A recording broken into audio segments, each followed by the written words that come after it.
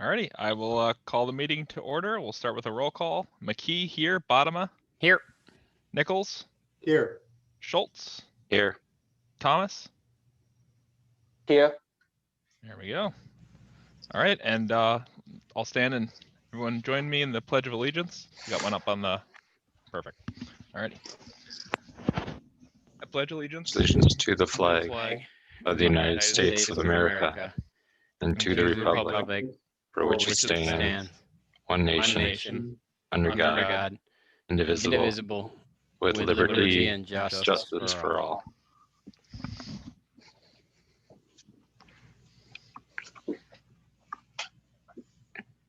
Alrighty. Agenda approval.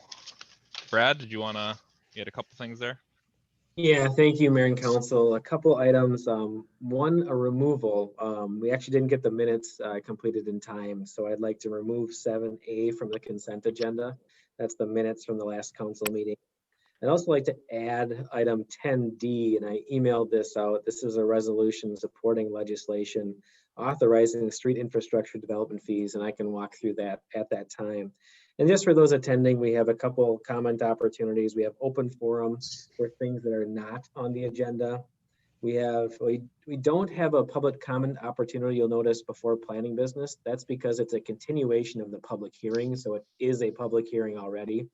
And I'll know we'll just have to talk to Kendra about. I think we just have to open that up again and close it again. We'll talk through that.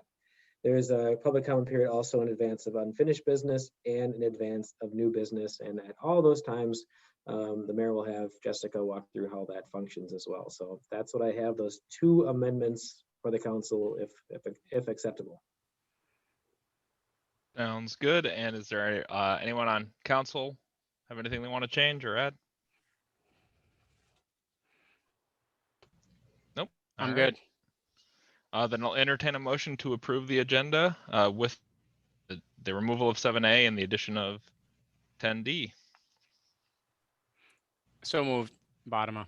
Second, Schultz. Right. Roll call vote. McKee, aye. Schultz. Aye. Bottomer. Aye. Nichols. Aye. Thomas.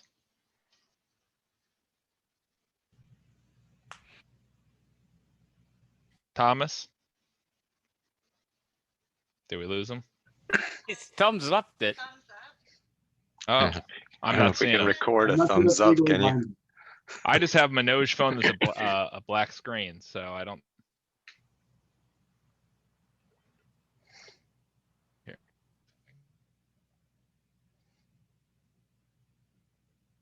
Manoj, can we hear you? He's busy trying to shut off his smoke trying alarm to battery Guys, instead. I think that works. We'll go with it. Yeah. Let us know if we need to change that. Okay. Commission representatives. We have Dean Jacobs and Val Nybo from the Planning and Parks and Trails commissions, respectively. Are they both on? Let's see. Dean is. Thanks for being here, Dean. And I'm not sure if Val is, but if you are, thank you. And if anything comes up in your guys' wheelhouse, feel free to speak up. We'll go on to open forum. So opportunity for anyone to speak if you have anything that's not on the agenda that you'd like to address to the council. Now's your time, and Jessica will walk you through how to do that. Thank you, Mayor. If you'd like to participate in an open forum, you can press the *9 button on if you're joining us from a phone. Otherwise, you can click the participants button on your computer and click the raise your hand function. It does look like we have someone on the phone, caller ending in 8839. If you press *6, it will unmute you and you can go ahead and speak.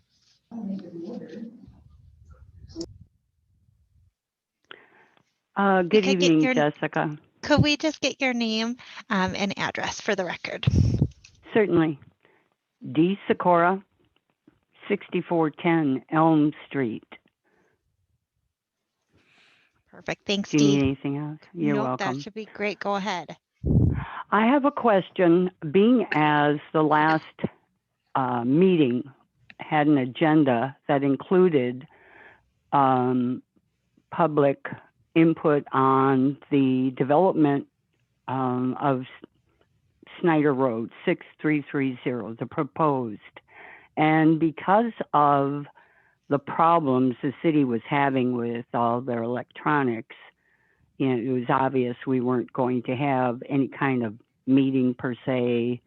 And I'm wondering if this is something that is going to get back on the agenda so that the neighborhood of Snyder Addition back here has some input. I know a number of us wanted to hear more about that for ourselves and have some input. And I don't see it listed tonight, and obviously there wasn't one on the 4th. Mike Pritchard had sent out letters to all of us, and with the problems you were having with electronics, nothing happened. So is this something? Sorry. No, go ahead. I'm just wondering if we're going to relook at this and get our input on this particular possible. Yep. So I'll respond because I think a lot of people are interested and in the same boat. You're talking about the Planning Commission meeting that was scheduled for the 4th, and that all the items on that will be heard at the special meeting on the 18th, so next Thursday at 7 o'clock. And the details, it'll be on Zoom, same as usual. They either are up already, or Jessica, will they? The meeting details should be up on the city's website, as well as Mike actually sent out notices, updated notices to the residents. So those should have gone out. With they should be out shortly if they haven't gotten to you yet. So we've tried to do some additional communication with that change. Great. That was the one question. That and stay warm. And you too. And almost happy Valentine's Day. Don't forget your girls, all of them, including Jessica. All right. Good evening. See ya. Bye. Mayor, this is DJ. I'd like to just chime in for one thing on open forum. And, you know, I was this past weekend, I was snowmobiling with a buddy, and he works at a business at our downtown Corcoran. And he made a comment to me. They said the water tastes awful. You know, since they hooked up to our city's water, which I know comes from Maple Grove. And I'm just wondering, is that a problem for everybody that hooked up down there so far? Or I said, well, maybe it's just the plumbing, the pipes, you know, inside the building. But I just was curious if anybody, is this a problem that other business owners down there have made? That's it. You know, honestly, I'm not sure, but it's more than happy to look into it and let you know if I hear anything else. Thank you. Yep, of course. Mayor, at this time, no one else is raising their hand. Okay. We'll give it just a couple more seconds here, make sure. While we're waiting, I'll share my experience with Maple Grove water. It does taste terrible, regardless of where you drink it from. It might be worse in certain locations. It's hard to compare. But having drunk it untreated, it is, it's not what you would call a tasty water supply. I would suggest, if he's looking to improve it, getting a portable RO system to go under the sink in the lunch area, or whatever. That usually takes care of it really easily. Well, Councilor Nichols, you know, he said that their company, they've added all kinds of, you know, a big expensive filtration system. And he said people there won't even drink it out of the tap. They bring their own bottled water. He said it's that bad. It might be worse than what I'm used to then. That could be a difference. Yeah. So, okay. Alrighty, well then I think we'll move on. Presentations, we don't have any today, so we'll go on to consent agenda, consisting of items B through G. So I will, is there anyone want to pull anything from that first off? All good? Okay, then I will entertain a motion to approve consent agenda consisting of items B through G. So moved. Second, Bottom. All right, we'll do a roll call vote. McKee, aye. Bottom. Aye. Nichols. Aye. Schultz. Aye. Thomas. Did we get the written aye? Well, now chat's disabled, so I don't know if he can. Aye. There we go. Gotcha. Yes. Perfect. That carries. Planning business. Public hearing for easement vacation for Nelson International. And Kendra, will give that to you and then go on to the public hearing and go from there. Thank you, Mr. Mayor. Jessica has a quick slideshow for us. This item, the public hearing was opened at the last meeting and continued to this meeting because we did not have the number of council members present to vote on this item. It is a easement vacation for Nelson International. The site plan amendment was approved at the last council meeting, and this item, as I said, was continued. Next slide. It's vacating a drainage and utility easement on the west half of the lot over a large wetland. And then as part of the site plan approval, they are rededicating a new drainage and utility easement that reflects the modified edge of the wetland boundary as well as the stormwater management ponds. This vote, because that wetland crosses over lot lines, requires a 4/5 vote of the council for the easement vacation. And that's why it was continued. I don't believe, Mr. Mayor, that we need to reopen the public hearing as it was not closed at the last meeting. Next slide. And again, Nelson International, north of Stieg Road on 101 in the northeast corner of the city. And I think the next slide are the two images that show the area to be vacated as well as the area that'll be rededicated. Oh, next slide, I guess we'll skip that one. Next slide. Yeah, so this image shows we're getting a larger easement to protect the wetland and stormwater. The easement on the right is our new easement. The easement on the left is the one that will be vacated.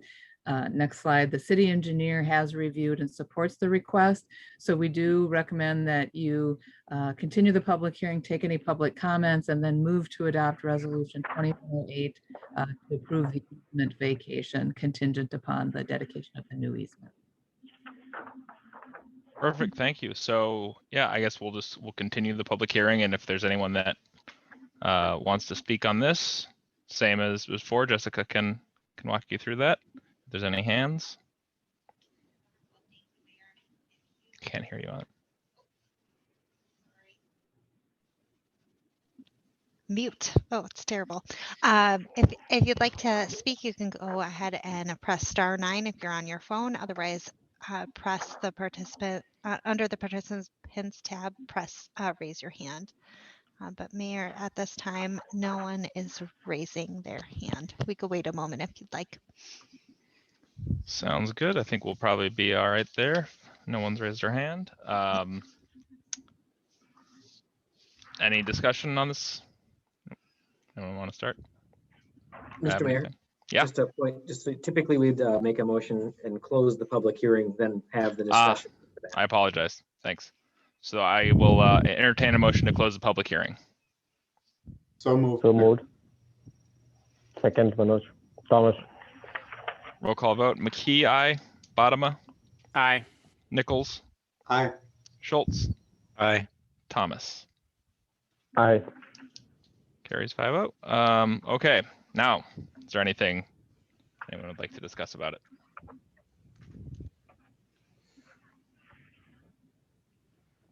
No. Quiet today. Okay, that works. Then I will entertain a motion to adopt resolution 2021-08 approving easement vacation on lot 1, block 5, Bellwether second edition? So moved. Schultz. All right, Mr. Second, Nichols. All right, roll call vote. McKee, aye. Bodema? Aye. Nichols? Aye.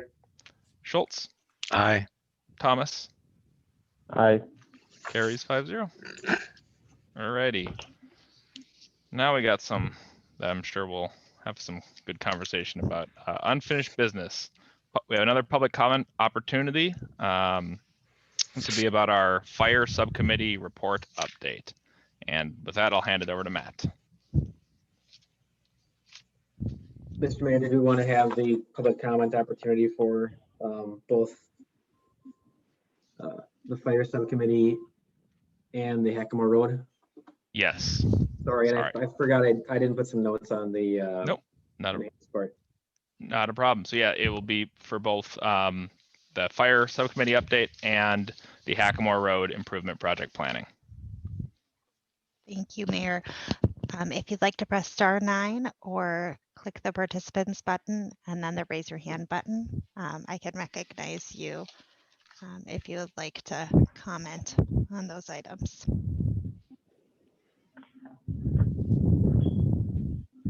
Mayor, at this time, no one is raising their hand.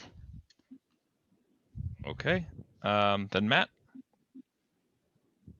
Great. Thank you, Mayor and Council. The item before you tonight is a continuation of our city's fire service planning. So I'll go over a brief history and let you know what's changed since we last discussed the topic. There's a lot of information in a little package, so I'll do my best to get through an overview and then take any questions that you might have. You know, as we go into this discussion, you know, the ESCI study told us that in most rural fire protection systems, longer response times have been acceptable, but as communities grow and develop and as populations move away from urban areas, the expectations can be drastically different than what the community has typically accepted. And as we evaluate those, I mean, our community definitely is experiencing places of areas of transition. So it was for those reasons that we started really looking into what the future of our fire service looks like. Next slide, please, Jess. So quick timeline. Really the conversation started in November of 2016. Council and staff discussed conducting a fire service study to really look at how does the fire service evolve as the community evolves. In February of 2017, we published an RFP for a comprehensive growth plan. And in May of 2017, the plan was awarded to ESCI to conduct our comprehensive growth plan. In June of 2018, the ESCI plan was presented to council, and that plan outlined a lot of findings and recommendations, including some of the things that our city was missing so far. It talked about needing a strategic plan to incorporate a 3 to 5 year roadmap. It also talked about the need to understand the city's service expectations. And it really drove home that, you know, a city couldn't evaluate whether it was succeeding or failing until it really identified what its standards were. And so it did a good job of really kind of outlining, making sure that we were asking the right questions. So as a follow-up to the ESCI presentation, the council established a subcommittee to provide recommendations on future action. The next slide, please, Jess. So in July of 2018, the council created the Fire Service Subcommittee, which consisted of Councilor Dejewski, Councilor Bodema, and myself, receiving consultation from the 3 fire chiefs.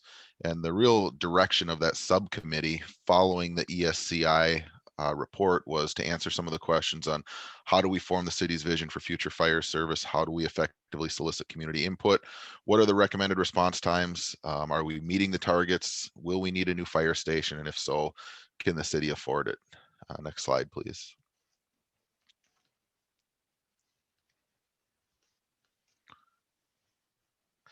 And as we started evaluating all of our service things, and you know, one of the things they talk about in you know, fire service is there's technical and there's adaptive issues in the rollout of fire service. And as we talked about, we really can't identify what our technical standards are to really work towards our adaptive problems until we understand what the philosophy is. And if that subcommittee were to identify what the technical standards that our community was striving for, it really had to be rooted in what that philosophy was. And so with that, the subcommittee first really identified that it needed to identify the the vision, mission, and values. And I know that you all had most of this information and you read it, but I put it in here because it is that important. I wanted to call it out and call the council's attention to it, that the previously presented mission that was adopted by the previous council members indicates that Corcoran Fire Service exists to protect the life and property of the people of Corcoran by preventing and responding to fires, hazardous materials incidents, natural disasters, and medical emergencies. Our service will be focused on the needs of the community and will always be provided with professionalism, integrity, and pride. And that was really what they, what the subcommittee and we worked through to provide what the purpose and intention of the fire service was. Next slide, please. Now, an agency's mission is really in support of its vision and the things that it's trying to accomplish, and the values talk about the way that we, the way that we do it. And the value statement was the Corcoran Fire Service values continuous improvement to maintain a constant state of preparedness in order to serve the needs of our community with honor and bravery. We'll further our community's fire prevention through education and adherence to fire safety standards and support the community's fire protection through smart investments in facilities, equipment, training, and staffing. So the next slide, please. I think somewhere the vision statement, we must have gotten past that slide, but it really talks briefly about, what the vision of our fire service is and those overarching ideals that we strive to accomplish. And that vision was the Corcoran Fire Service will provide effective and efficient emergency services at or above industry standards for all residents and be recognized by our community as a source of pride. So the next slide. So a little bit on what those specific questions that subcommittee looked at following up the comprehensive plan was, how do we form the city's vision for the future? And in order to evaluate what that future looks like through multiple sources, that subcommittee really decided they needed to drill down on and look at prevention, protection, preparedness, the ability to reach all residents, training, community education, and response times. If you could go to the next slide, please. So the summary includes a drill down on each one of those items, and with that we are it went into quite a bit of depth on each one and what was considered. Seems like there was another slide in there I must have missed when it got saved, but out of those 7 components, the subcommittee recommended 2 different tiers of service recommendations to work towards improvement in all of those areas. Tier 1s were ones to be considered for immediate implementation, and in tier 2 for planning and groundwork towards implementation. And to get into the specifics of what those were, obviously there were several pages of them, so that's on pages 19 through 21 of the Corcoran Fire Subcommittee recommendations. Those are worth considering independently because each one of them has its own costs and benefits, but they were heavily scrutinized, each one of them, and talked about at length as the subcommittee worked towards evaluating how each one of them worked in fulfillment of the city's mission with its fire service. Next slide, please. So the next question that the group looked at was, how do we effectively solicit community input for discussion? And there was time spent on that. And the subcommittee really looked at that the vision and standards for the fire service should both be a product of community expectations, but also industry standards. So how does the community view their fire service, but how does that also tie in with what the experts tell us we should be looking for in fire service? Most of the feedback during the time of the subcommittee group and prior was that the community really appreciated the existing level of service, and that was taken into account as the group evaluated what the existing conditions were and how that related to recommended response times and how that all correlated with industry standards. And then talked about, soliciting community feedback on some of the other major investments as we get closer to them.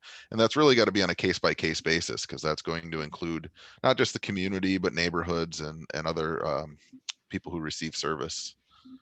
Next slide, please. So again, it talked about what are the response time targets. That's another area that was drilled down somewhat in depth on pages 11 through 17 of the fire subcommittee recommendations.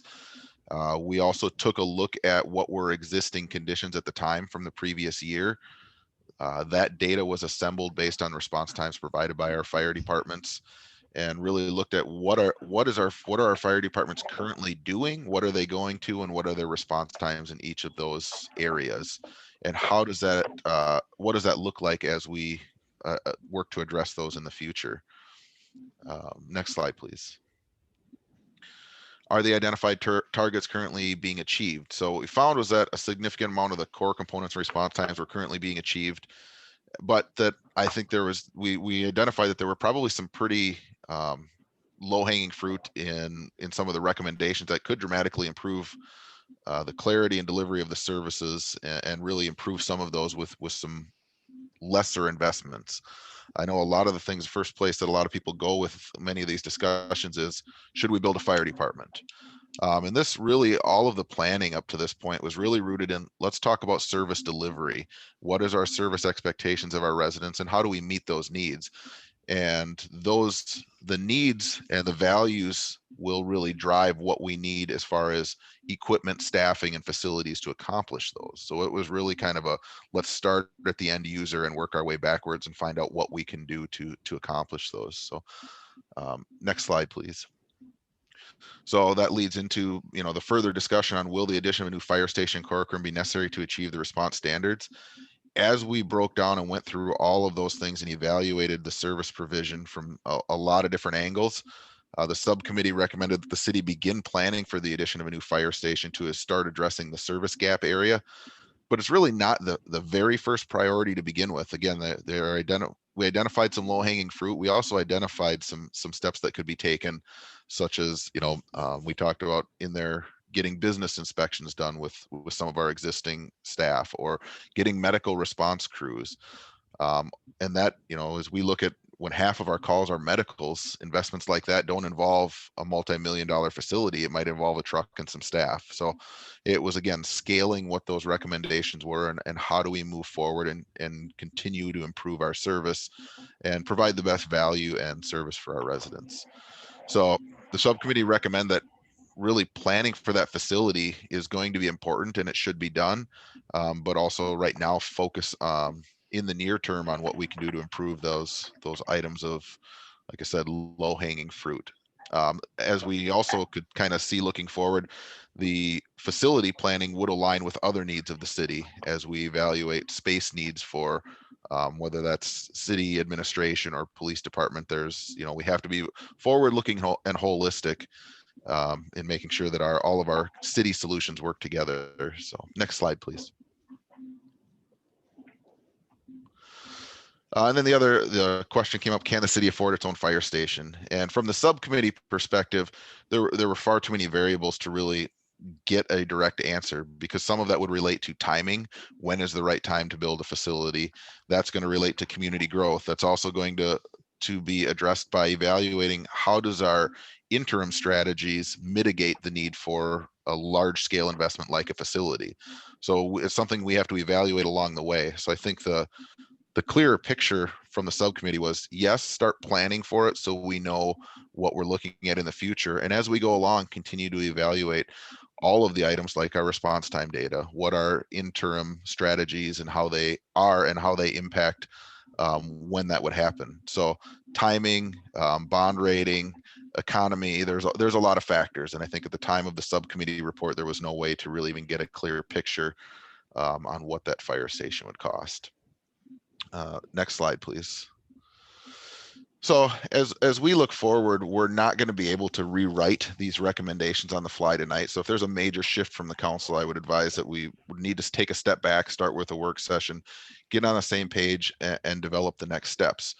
But some of the questions facing the council tonight are, does the new council agree with what was the adopted vision, mission, and value statements? Does the council agree with the outlined service expectations and report recommendations? And if so, using that to guide the decision and the recommendation from the council going forward. So we do have our 3 fire chiefs in attendance tonight to help assist with any questions you might have and how we got to this point. Councilor Bodema was also a large part of the planning efforts throughout the process. So as the discussion happens, please use all of us as a resource.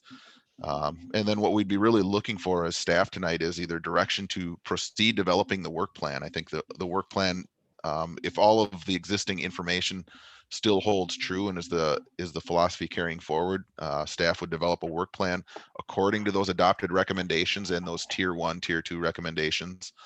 If there was 1 or 2 minor tweaks to the work plan, that could maybe be accommodated.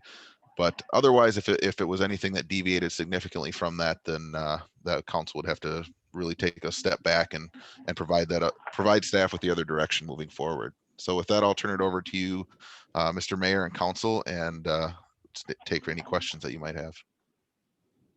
Great, thanks, Matt. It looks like we might have a hand here, and I might have moved a little quickly after opening this. Could we Sure. set up? Perfect.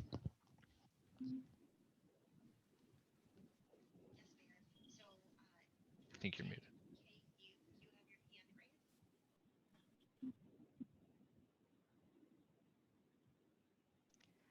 JKU, if you want to go ahead and speak, we could go ahead and hear your comment. If we could get your name and address for the record. Hi, can you hear me? Yes. Hi, this is Greg Hogan. I'm at 19220 Hackamore Road. And surprisingly, I'm not here to talk about Hackamore Road. I wanted to just ask the council and the mayor some questions about the topic that you were just covering there on the fire department. And the question I have when I read this report back in 2018, it's obviously slanted towards building a fire station in Corcoran, which good consultants frame it that way. My question is, the most populated area of Corcoran is right by the Ravinia neighborhood where 3 of you guys reside. And I have no idea, I've only been here for 20 years, why we do not leverage the Hamill Fire Department, which is 1 mile away from Ravinia, and there's going to be 1,000 homes with Lennar here. It boggles my mind, and it can't be response time or distance, why we are not considering in the short term leveraging a Hamill volunteer fire department, which had a history within the city. And I think this plan is 3 years old, and it was done probably when there was 20 houses in Ravinia, and now there's hundreds of houses. And somebody should relook at that, because there's one page there on 71 that actually references it's the most densely populated, but it seems to kind of blow off that is not an option. And I'm sure there's some good reasons why it is not an option, but it makes no sense to me. So those are my comments. Thank you for allowing me to address you. Thanks, Greg. I appreciate your input. John, if you wanted to maybe start, there's a lot here, but I know you have kind of the most background with this and you put a lot of time into this. Is there anything you wanted to start with in terms of discussion, or anything Sure. you'd like to see changed or added to kind of what we've been doing? I think it's worth considering. And Greg's point is well taken, and obviously that would be an obvious shorter route to the southeast part of Oregon, but it's not as easy as that. We could have a day-long conversation about that, but that's part of the evaluation process. When we originally, Brian and I, we didn't really sign up, but we were assigned to be on the committee, I think, because we were the newest city council members. Hopefully you guys get a taste of that. We were going to have 4 meetings, and they each were going to be an hour long. And we do that over the month, and then have another meeting the next month to kind of talk about what we just figured out. And it actually ended up being 13 meetings over a year, I think we met every Wednesday at like 8 and went to, or 7:30 and went to 9. The cool thing was that Brad, Dave, and Jeff helped create it and helped identify the issues and concerns with Corcoran, along with Matt. And Brian Dejewski, I'll just give a shout out to him. He's super passionate. He lived in an area that had a lot of problems with fire and fire prevention. And part of Brian was convinced we needed a new station. I'm not convinced we need a new station, but we need to address some of the things like the 80, I think you said 50, but I think it's more like 80% of actual responses are related to medical. And one of the first things we identified as a need was a need for the medical part of it.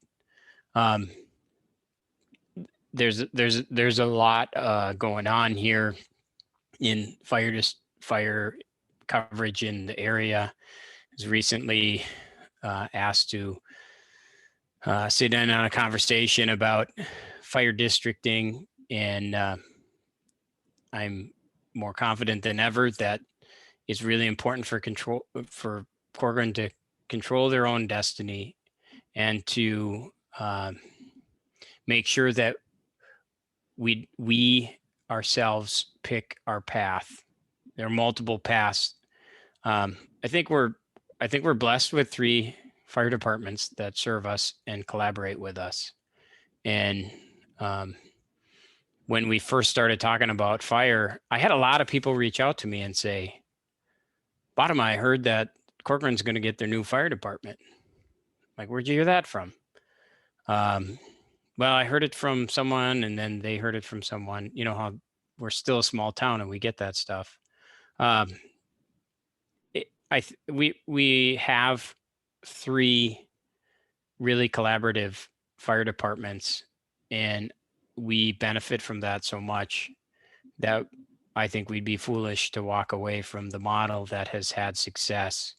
The town is moving and changing, and the 3 people, 3 of us are, not me, but 3 of us are in the new area. And I think that presents a challenge.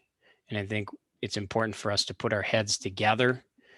I'm biased because I helped create some of these. So I'll admit that, but I will say that most towns come up with a fire plan after a house burns down and people died. And this was not the case here. We could take our time and really articulate what we needed, and we were thorough in what we did. And we have 3 new sets of eyes. I think it's great. We could have implemented all these strategies, a year ago. We get the benefit from your experience and your take on it, and I welcome that. So I was part of this plan, but I'm totally open to, have we thought about this? Have we thought about that? But I just want you guys to know that an enormous amount of thought went into this plan. And I look forward to seeing what comes of it. Definitely. Thanks, John. Mayor? Yeah. Thomas here. So a couple of things. I think just to address what Greg called out, right? So definitely the density, and that's one of the things that I wanted to bring out also is the density around Hackamore on either side, with both Tavera and Ravinia, being in the plans and over 1,000 homes in that stretch, and then with Maple Hill, which is where Brian, I believe, was concerned about the density, right? I usually take exception to the fact when we look at the 80-20 rule saying that, 70-60% of the calls are medical and it's not essentially fire. I usually flip that around in my analysis of fire, is that the biggest damages are caused, the 80% of the pain is caused by this 20% of the calls, right? So, while fire might be the lower quantity in calls, they have the biggest impact. So when we do, I mean, I think John's right. We have had the advantage of being planful about this and not have a knee-jerk reaction, and we've been saved from that situation. But let's not wait till that happens, right? So that's one thing. I'm not pro or against having a fire station. It depends on what the need should be. I do think the service gaps and the density needs to be updated based on what we have today. I did see the growth projections over the years that were factored in. They did not take the explosion we are seeing in that side, right? And fortunately or unfortunately, it's in one side of the city that we are growing heavily. So any gaps that we identify in that portion becomes that much more critical. So I expect this to be a little bit more longer discussion, but those are my initial takes on now how do we approach this. I think the recommendations so far are solid. We just need to review that with the latest data and figure out what makes sense. In the past, I'm pretty sure that we had a good evaluation of which are the stations that service us, and Hamel didn't figure in that plan, but it should be something that we should be open to looking at again. If we are not going down the route of a station because of the cost, even if it's a mini station, right? Even if it's not a full-fledged fire station, then let's look at what are other options we have to service the gap area there. Mr. Mayor? Yeah, go ahead. One observation I had in the report, and I would agree with the observations of John, that clearly a lot of thought and a lot of work and effort did go into this. And I think it puts together a really comprehensive, clear-headed approach. One item that jumped out to me in terms of opportunities to leverage a relatively small investment, it did say that while Maple Grove was not willing to provide direct coverage to Corcoran, they might be interested in a reciprocity arrangement. So I'm wondering if we've considered the idea of, to John's earlier point, focusing on deploying some kind of a medical response capability, and then using that as an incentive to work with Maple Grove to gain fire coverage on the eastern half with their two stations that are relatively close to the border of Corcoran. I'm not sure they would go for that, but that could be a nice way for us to add value to them and still address the majority of our calls and give ourselves some more time to grow into the point where we could bear the cost of a station on that side of the town. So I can speak to just one part of that if I can, Mayor. Absolutely. Maple Grove is an auto aid for fire calls already. They are just not interested in, obviously providing the day-to-day fire service coverage. So if there's a reported structure fire on our eastern side, Maple Grove will be started automatically. And if we get into some of the mechanics of that, obviously the fire chiefs can get into a little bit more on how that system works, but they are coming automatically with a structure fire call or something of that nature. One of the things that did come out of that meeting, Jeremy, to your point, is that we didn't get as far as executing, but having a rapid deployment team in Corcoran, sponsored by 1, 2, or 3 of the fire departments, specifically for medical, for sure.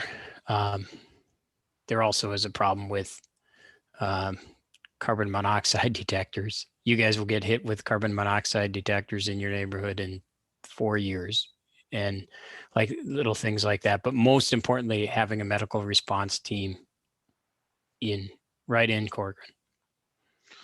And we are continuing to update that data, as Councillor Thomas mentioned and Councillor Bodema mentioned, that we're updating our call for service data. We don't have the latest stuff, but we're still receiving that, or we don't have the latest graphs, but we're still receiving and analyzing that data as it may change. But I'm sure as you look through this, it was apparent to all of you as well that the striking difference as you looked at the weighted service demand, where they had the hotspot on page 41 of the ESCI report, and how that overlaid with our current travel times, and our greatest area of need aligned basically with where our weighted hotspot for our need for calls for service were. And our travel times are on page 42, and the service demand is on page 41. So if you were to overlay those two maps, you can kind of see how there seems to appear a logical place if we're going to look at facility investments. Probably should be closer to where that hotspot is, as that also aligns with our travel times. If you're looking at those two, you can quickly reference page 72, and that shows a consideration of the Hackamore location and how that would actually impact the need on those hot spots and where our service demand is. And you'll see that the travel times on the Hackamore location map that's included on page 72 still doesn't reach our greatest area of need as outlined by the service. So that's kind of an aside on the Hackamore part of it. But really, as we looked at the maps on 41 and 42, the striking location of investment seems fairly apparent. And at this point, I don't know that that's probably changed. We don't have the capacity to do geographical mapping as the consultants did in this. We can look at the raw call data and times, but I think we can all look at anecdotally at those calls that came in and also ascertain the impact that our higher density is still on that east side and would continue to exacerbate the opening or the longer travel times that already exist. Matt? Manoj here. So I have a quick question. I think that's a good call out, right? So one of the questions I had with respect to that is, would Hackamore then potentially be, and I'm not saying we have to, it's like potentially be a interim strategy till we, have a location, we can fund it, and we can have a location in our ideal geography to meet our service needs. Was that something that we've considered? Yes, it was considered. There's a number of other service provision angles that we have to look at other than just travel times. What was apparent from the travel times maps was that that's not going to fix our problem. And then then, like I said, we can layer on some of the other service provision and a couple other contract things that layer on top of that, and we could, we can certainly have those conversations. But I can assure you they were always had at length, and we always continue to be open to what are the best options for us to improve our service. That's why we spent time at the meeting this morning that a couple of us were able to attend, and that's why we continually evaluate Hackamore as an option. At this point, there hasn't been an impetus for change and moving in that direction of Hackamore that would be that would ultimately be in the city's best interest at this point. Mr. Mayor. Yeah. Matt, can you talk about that meeting some more and what it entailed and what came out of it, just at a high level? Sure. Stepping back, as we mentioned earlier, Medina just completed a recent fire study. Their fire study ultimately recommended that they begin looking at the possibility of a fire district. This meeting was a step away from that study and was really kind of went back to the meetings that we had as a community in 2017. When we started undertaking the ESCI study, they assembled stakeholders and said, let's get people in the room that, and talk to our elected officials, talk to some community members, talk to fire departments and municipalities, and really find out where we're at and what the future might look like. That's really what the meeting today was presented as a kickoff to conversations for communities to the south of us to bring stakeholders together to talk about possibilities of what the future might hold for a number of different communities. And really, I think it was, as they were trying to set the table for a conversation because most of the communities in that room aren't at the point of planning where we are. They haven't gotten granular with their service expectations. They haven't, a lot of them have fire departments, some of them don't, but they haven't really spelled out what they expect to get from their fire service as we did and broken down what are their steps going forward. So I think the meeting today, they got into almost no mechanics of what even possible solutions could be. They were resistant to even talking directly about a fire district as much as, and they really focused the conversation this morning on let's get people in the room to discuss having a conversation to see if you have common ground with any of the other cities as you're looking at your expectations. And Councilor Bodema and I think Mayor McKee was able to watch remotely. So if they have a different, if they had any different perspectives, I'd hand it off to them. Yeah, I can I, Mr. Mayor, may I comment on the meeting this morning? Okay. Yeah. I think Matt's being kind, Alan. We were presented with come to this meeting as you guys were all presented to get an understanding of what a fire district is all about and what it can be. I was an hour and a half into the meeting And the very first topic was change management, and that was an hour. Never once was the fire district even discussed. The second half an hour was on how we're going to assemble teams and how we're going to implement the change to a fire district. And I don't know what happened after that because I left. It was not Fire District 101. It was, I feel like what happened was a bunch of other cities decided that we were going to be in their fire district and brought it and told us that we were going to learn about a fire district. But actually what we learned about was how we go about implementing a fire district. I was thoroughly disappointed. I let them know I was disappointed. I asked if we were going to talk about a fire district or the pros and cons of it. And we never got to that. So I think it was billed as something that never was. I think some fire departments are ill-equipped today. Ill-equipped on the volunteer side, ill-equipped on the financial side, ill-equipped on the preparation side. And so I feel like sometimes people want to partner up with people, not because they think collaboration is good, but collaboration is the bailout provision of one entity using the needs of another one.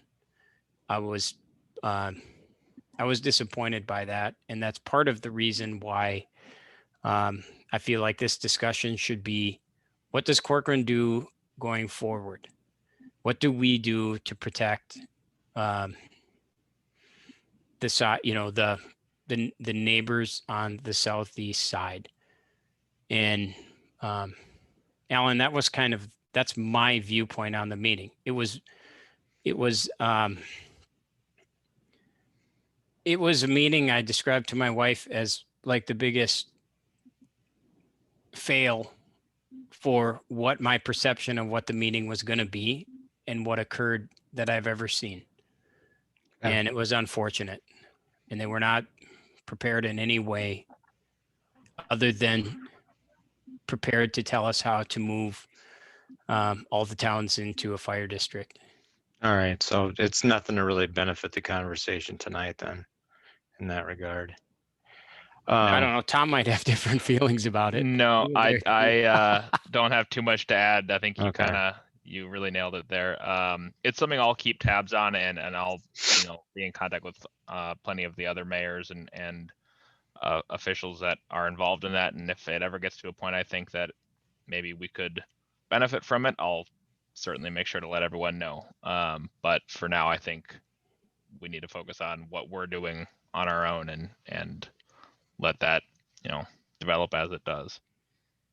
Is there any risk that one of our existing partner agencies could get subsumed and become unavailable because of the fire district if it proceeds?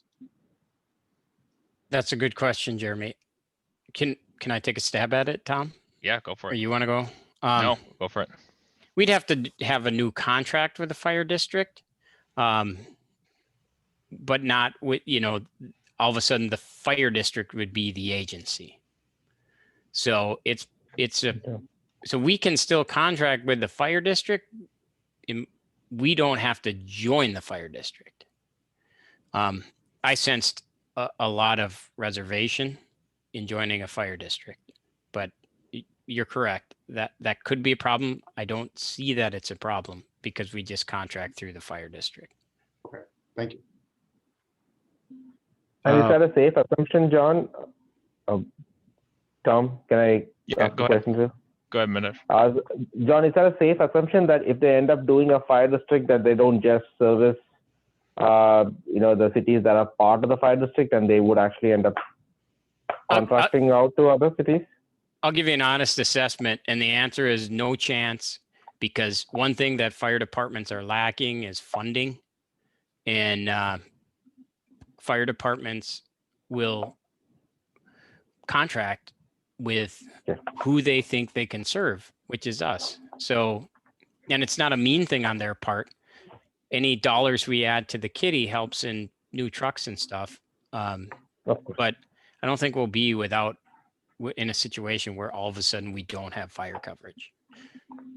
And one of the conversations that we've, at the staff level, when asked by other city staff about as the conversations evolve, was, what is Corcoran's position on this? And I think we're always trying to learn and listen and see what options we have to provide the best value. And I think that still continues. I mean, I don't think it would be irresponsible for us to try and pretend that things aren't changing around us. We need to know what's changing and how it's changing and how that can benefit us or be detrimental to us, and understand how we're working in our own community. So I think we're committed to knowing what's happening and seeing, continuously evaluating how could that successfully be applied to our community. And at any point, if that provides value, then obviously we would recommend looking into more serious exploration of it. But at the point, as John said, there are several communities that are facing different struggles between all of them, and they aren't struggles that our community currently has. And so at that point, it's we need to step back as a community and decide where are we going to invest our time and resources. We don't need to put a dog in a fight between other places to try and advocate or negotiate a position on something as we're planning and going forward on our end. It's not to say things will be perfect in our community for the future, but that's why we're doing the planning, is to hopefully address some of those. And I think that we have a good start to looking at what's within our control. How do we improve it, and how do we incrementally get there? And so that's kind of been our talking points. Fair enough. And to one of the topics that came up earlier, and I think we touched on Hamel a couple of times. Is that something that I think it's an open question to anybody on the council right now, is not to Matt specifically, is should we reopen that books and look at if it's a viable option to use that as an interim strategy? Because that's one place on this report. I think most of it, like I think Jeremy and John told that earlier, it's a good report. It captures every element except the gap area, right? And how we're going to go about it. A fire station is going to cost. It's money, and we need to figure out how we're going to fund it. In the interim, I would definitely want to kick the tires on looking at what the Hamel station can do, if it can do anything. And if we come back after an analysis and says it doesn't work, it doesn't work. We don't have to force fit anything. But I think another look at it might make sense. But that's my point of view on that. Manoj, I think we need to continually look at all the services our community has. I agree with that. Mm-hmm. One of the things I think when evaluating a fire department is finances and people and response time and number of units, number of people, their level of preparedness, their level of training. I would welcome any city to do our fire coverage if they could provide us with fast, inexpensive service of high quality trained people who are going to put out fires in medical service. So we always have to be open to that. So philosophically, I think we all agree, right? So from a next step standpoint, I think that's what Matt's looking for also. Like, do we agree with the mission and mission, and what our next steps are? Do we go by just the recommendations that we had on the report, or are there additional things that we direct staff to do, right? I'm assuming that's what we're here for today. So with what I'm hearing, John, you might be open to supporting and just relook at our coverage gaps, look at what we can do in the interim, bring in another fire station if we have to, or if we can, or save and meet the stand. To your point, there's no point adding a fire station if they can't meet our service at the level of quality we need, rather than let Loreto or somebody else who already are on the contract, whom we trust, take a minute extra, then have somebody who come out here who's ill-equipped, right? So response times don't mean anything if you're not ready to handle the situation. So, but at least I'll be directing staff to kind of relook at that and figure out what stations we want to have in our kitty moving forward. If you're asking me a specific question, may I address Councillor Thomas, Mr. McKee? Yes, of course. I've been on the council for 5 years, Manoj. So that's why I'm like, I don't need. Your inputs are valuable. Yeah, no, and so I don't need to see I was a part of this. I'm totally comfortable with what we put forward as recommendations. Okay. I am open. You're a smart guy. Tom's a smart guy. Jeremy's a smart guy. I know that you guys, you don't have to take my word for it. You don't have to take Matt's word for it, or anybody's word for it. This is a 5-person council. If 3 of you want to investigate another idea, I'm not going to go meet you outside your house and bunch you for it. We just go ahead and do it. I think you'll come to the same conclusion as me, but Okay. I don't need to see it anymore, but I'm totally open to other people haven't come to the same conclusion I have. I have to be that way. Fair enough. Very gracious. Mr. Mayor, may I address a question? Of course. So, Councillor Thomas, I would suggest you look at pages 72 and 73 of the report. So we can look at the same thing here. I'm comparing the coverage maps for Hamill versus Maple Grove. And I guess I have a question for Matt about this. It appears to me like Maple Grove provides, if they're covering structure fires, they're covering a lot of the higher risk areas and a relatively acceptable level of response time for structure fire. Is that the nature of the issues that we're seeing in that hotspot that we had on page 41? And what benefit, I know we said Hamill doesn't really get there either with any kind of an acceptable level of response time. So I'm wondering what to Councillor Thomas's point, what the advantage he sees in Hamill, given Maple Grove would respond to structure fire. What is the harm that we would need or benefit from Hamill addressing? Is that your question to me or Councillor Thomas? To you, I guess. To Matt, what's the nature of the hotspot? What kinds of things are being responded to there? Sure. So the specific calls, I would, I guess, direct you up to as we evaluated the calls for service in the other document as we started in the planning, the fire service subcommittee. If we want to know the nature of what our calls that we're actually responding to are. So if you looked at, for instance, which ones are medical, which ones are fire, instantly we know that half of them are going to be medical in nature. The fire calls along with the fire are also good intent calls. So that might be carbon monoxide, possible illegal burning, or somebody has a recreational fire that's maybe too large. So our entire community probably experiences less than a handful of structure fires for sure per year. We're talking on a good year 1 or 2, on a bad year 3 or 4. It depends on what you qualify a structure fire, homes or detached or garages, etc. But a very small number are actual structure fires. And what happens as you begin to add high density, the fire department really is a lot of customer service based calls. They provide service to our residents on they kind of end up being the catch-all. It falls under good intent, or somebody, our firefighters will help the ambulance with getting somebody out for medical treatment, things like that. As our community grows and it begins to tax Maple Grove's fire department, their willingness to assist on good intent continues to diminish, because they say that our taxpayers are not paying for your fire service. So where their commitment is, they're not going to obviously let our homes burn without helping us. That being said, they are also not going to be our primary service provider, nor are they interested in contracting to be our primary service provider. So I think from my perspective, to your point, if there's a structure fire, the response times that are able to be provided by Maple Grove Fire, there's tremendous value there to the residents in our structure and our large scale fire response. There's less value when it comes to the service that a fire department would typically see, that our residents would see as a fire department service for anything else that doesn't involve their house being on fire.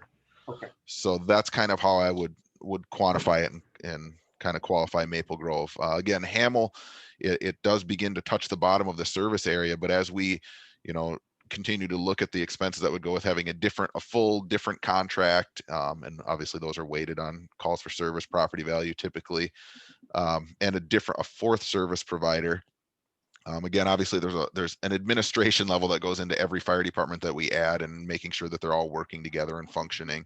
So there is a, I guess you'd call it an opportunity cost as every time you change it. And that's obviously always under evaluation from our standpoint as to who our service providers are and what the best outcome for our residents would be from a service, and both a subjective service evaluation, but also the objective technical evaluation of the fire service that's being provided. Does that get to what you're going for? That's very helpful. Yes. So in light of that, then, the good intent calls seem to be the primary beneficiary of having a fourth department. There is a potential significant increase in cost and overhead to administer and contract for the fourth provider. If we went down the path that's outlined in the proposal and had sort of a light duty response capability focusing on medical, would they be able to tackle many of those good intent calls internally? That would be the intent, yes. So if it would be, obviously they'd be medical assistants, but they would also offer, they would not be, I think there's different iterations of this, and that's what the work plan gets into, is what technical capabilities does this response crew need? And that's as we start drilling down, but they would be able to assess your cat in the tree, or the real simple stuff that is a service call.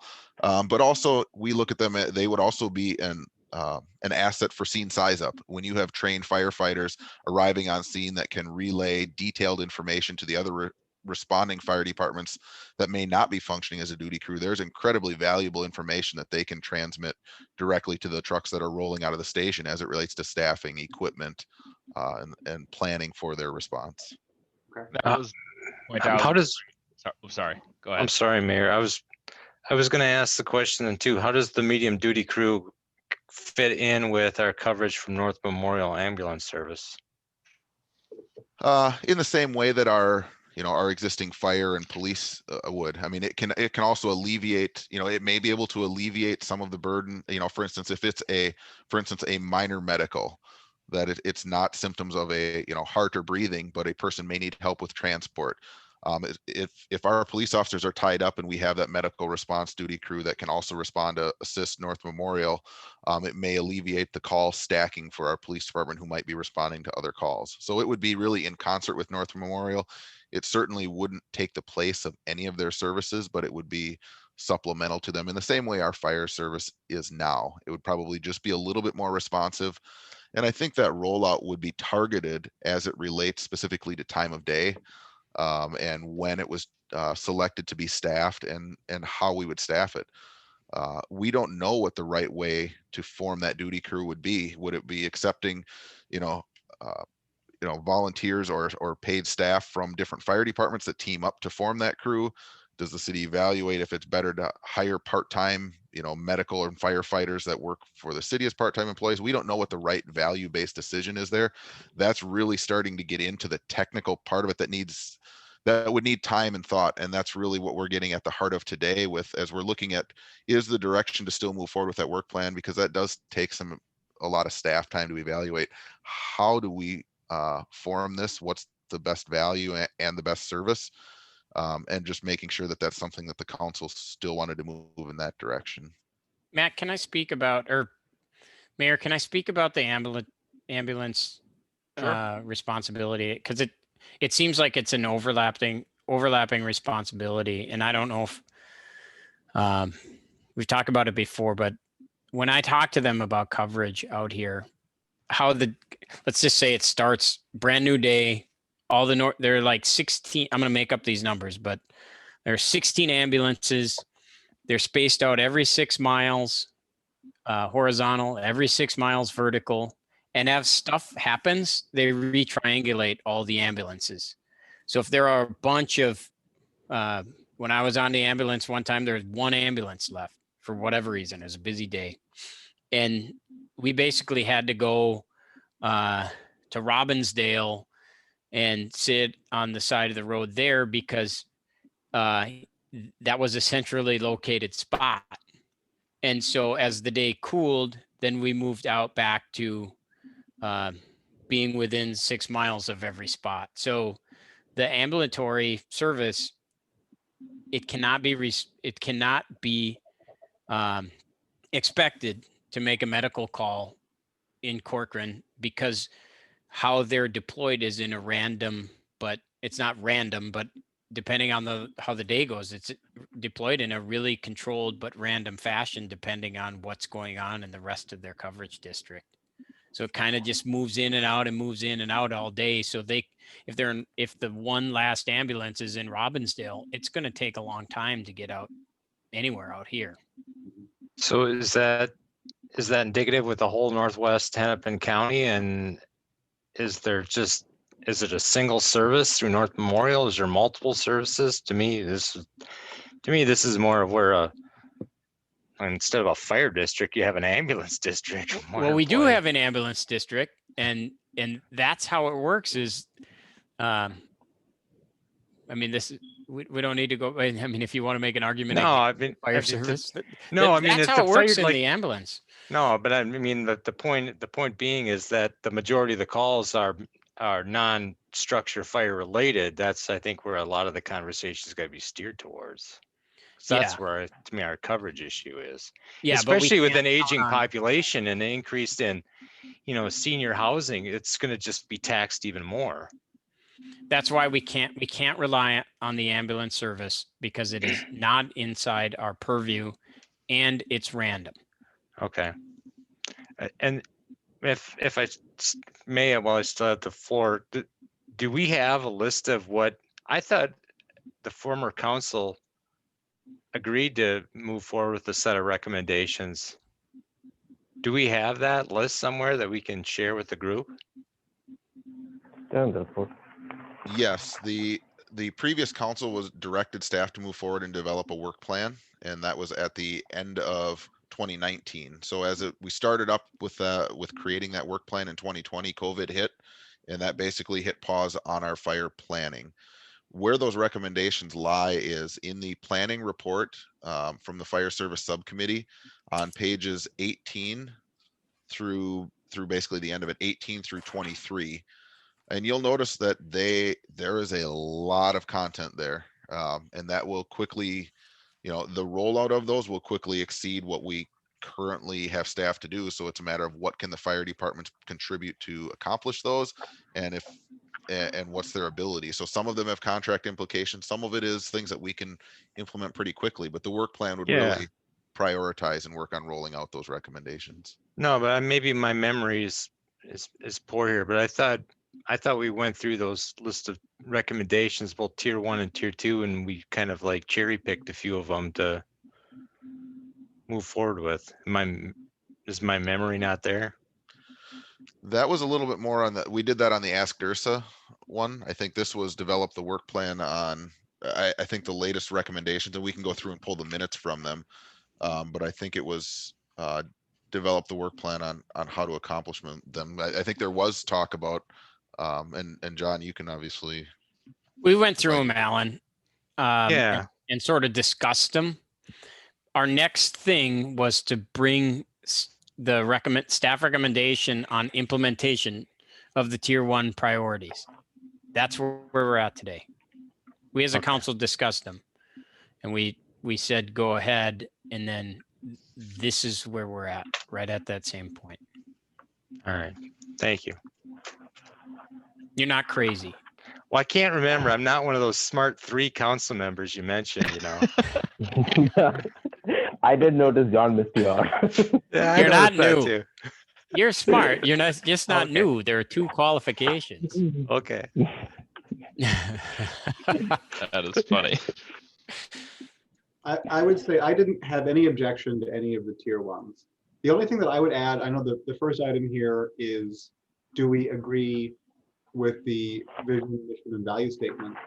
I would maybe modify the vision to prioritize the calls that we see the most. So maybe we have medical as first, if we're seeing that as 80% of the responsibility. And then I would see maybe natural disaster and hazmat responses lower in the list. That's getting pretty into the weeds. But everything else I think was very agreeable. You're talking about the mission statement? Yes. Gotcha. Yeah, I agree with the priorities, and I mean, just kind of circling back on a lot of the medical, focusing on that first. I think that makes a lot of sense because it can address a lot of the smaller, quote unquote, smaller issues and calls, but it seems to be able to supplement, ambulance calls or structure fire calls, which, even if it's just someone getting out on site quicker and being able to assess things, that seems like it'd be a big step in the right direction, and a huge help. So I think I agree with the priorities and what we have so far. And yeah, I'm comfortable with it. Jeremy, I think point well taken. It's not a bad idea. Yeah, if we wanted to get into changing anything like that, I'm certainly open to it. Whether we do that now or if we wanted to set up a separate session to go over any of the details, it's kind of up to the group. I think I'd rather focus on the implementation of some of these recommendations than getting in the weeds of wordsmithing. Works for me. At the end of the day, people just want a fire truck or an ambulance to show up at their house and help them out. Right. Fair enough. Okay, well then, unless there's anything else, should we entertain a motion to direct staff to proceed with developing the work plan according to the previously adopted recommendations? So moved. Bottom. Second, Schultz. All right, we'll do a roll call vote. McKee, aye. Bottom. Aye. Nichols. Aye. Schultz. Aye. Thomas. Aye. Motion carries 5-0. All righty. Next up, we have the Hackamore Road Improvement Project Planning. And Brad,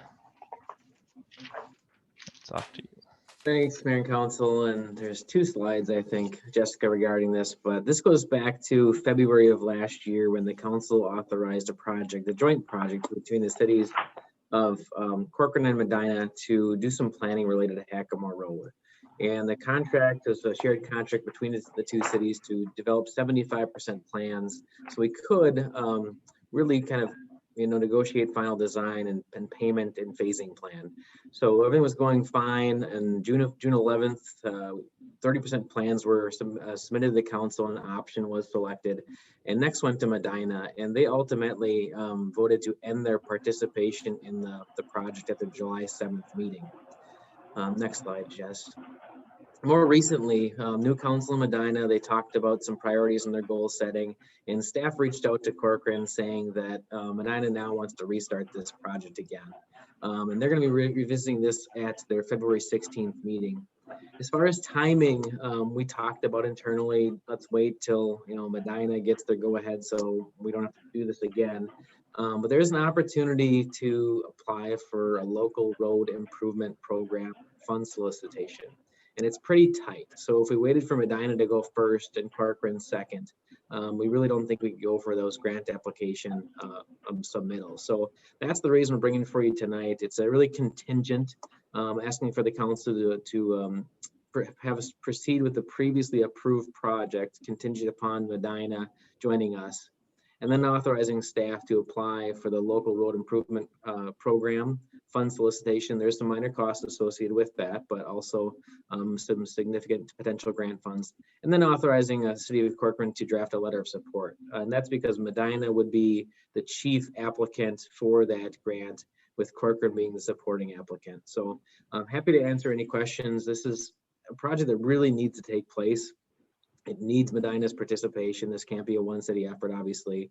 And it appears that they have the desire to pick this back up again. It's a good project.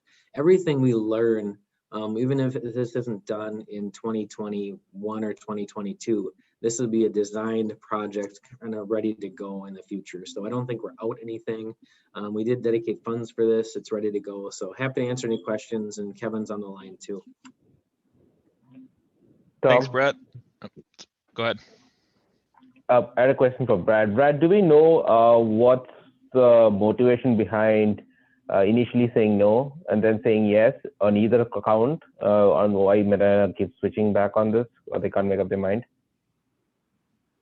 I only have really secondhand information. I think there was some potential politics around election time. I think also some misinformation that maybe was there, but no, I can't really address it firsthand. Okay, I was just wondering what after we apply for the grant and they come back and say they don't want to do it again, and we're down this road back and forth. So, but again, your request for putting the application for the grants makes sense. I'm just wondering if we're going to be back here in a month or two and say, you know what, they voted to not proceed. Point well taken.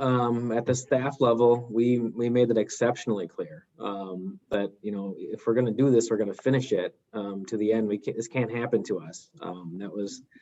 It was difficult. We put a lot of time and effort into it and thought we had a joint kind of plan to see it to just a 75% plan. And then all of a sudden the rug was pulled from underneath us. So we made that point exceptionally clear at the staff level, and maybe Mayor McKee can make that exceptionally clear at the level. I don't know. Yep. I had a follow-up question to that also. So you mentioned that they would be the primary applicant and us subordinate them, and which is why we have to draft the supporting letter. What does that mean? Like on the grant application, does that mean the funds? I mean, what does that mean on the fund application to be, you know, the primary and secondary? What are we signing up for or not signing up for, rather being secondary on that application? Thanks. That's a good question. From a fund standpoint, it's the exact same. We anticipated it's about $4,000 to put the grant together, so $2,000 a city about. Only one city can be the applicant, so that's what it comes down to. My internal hope was maybe that with Medina being the primary applicant, it would solidify their support for going for this project. You know, they would be the primary, and we could point to, you're the primary applicant promoting this project. Let's keep going on it. So that was some of my internal motivation. That, and I didn't want to write the resolution. Right, and the funds can't be used for anything else, or like. So my question is, if they get the grant done and they decide to work on some other road improvement within their city, since they are primary, like how does that mechanics work, or is it tied to this particular patch of road and its improvement when they get the grant approved? It is tied to this specific improvement. Okay. That's a good question, because yeah, if I can see how that'd be a problem if they got the money and then said they wanted to do something else, that would obviously be a problem. But yeah, I think all the work that's been done, you know, before they changed their mind previously, I think we should go forward with it. You know, at least to try to get this grant and see, like Brad said, the design work can be something that we'll have ready to move forward with whenever, whether that's in the short term or long term. It'll something we need to have done first. So I think we should go forward with it. And Brad, is there a considerable amount of rework, or at least, you know, some level of rework from the initial design that was done at 25%, where I believe 25% where at that time Eaglebrook Church was factored in, right? When we went with the design, but now that's not the reality, and it could be potentially homes there, right? I mean, you still have to factor in car volumes, traffic volumes, but is there a lot of rework? And this is just educational for me. No, everything we did certainly is usable. I think, you know, we got to gear up again and relook at everything a little bit. So there'll be a couple extra hours, I imagine. But as far as the contract, it remains unchanged as far as the dollar value of it. So from the staffing level, It's going to cause a little extra work, but that's about it. Good enough. Good for me. And Brad, have we zeroed in on one of the two options already, or is that still up in the air? Thank you. Though that was selected by the previous council, but I believe option one with change with the very eastern portion of it. Kevin, can you speak to that part? I believe that the recommendation from the two staffs, as well as the recommendation memo, said option 2. That's what I thought. Which is option 1 is basically a little bit more expensive and a full dedicated left turn lane, which if for those, it just allows for more future flexibility at a little bit higher cost. The recommendation to the committees or to the cities, as well as what I believe was voted on, was option 2, and that's more of a 2-lane road with turn lanes. Now there'll be a fair amount of turn lanes because of all the intersections, but that's what I recall. And then I believe Councilmember Schultz had asked us to evaluate a bike lane component into the design a little bit further. We had at 30%, we hadn't looked at kind of the pedestrian corridors as closely as kind of the road corridors. And so I believe we were going to bring that back to kind of focus a little bit more on the crossings and the bike lanes and whatnot, particularly on the east end between Hunter Road coming up the hill there from heading westbound. So. Yeah, thanks, Kevin. Yeah, so it'd be option 2, and this is where I was wrong with the suggestion of support for phase 1 and option 1. So it was kind of a hybrid as you mentioned, but yes, option 2. Sorry about that. And was Medina on the same page? Is that the option that they selected? I believe they actually selected theirs first, if I remember right, and then we reaffirmed it by adding that modified kind of look at the blended option for the eastern third. When they then I think they changed their mind after the fact, so there was kind of some yo-yoing going on, but that would be something we should vote on today, I would suggest, and then Medina, we could relay that to Medina and they can get clarity on that. You mean voting on which? Just reaffirming option 1 or 2. Yeah, reaffirming the previous motion or with modifications. Gotcha.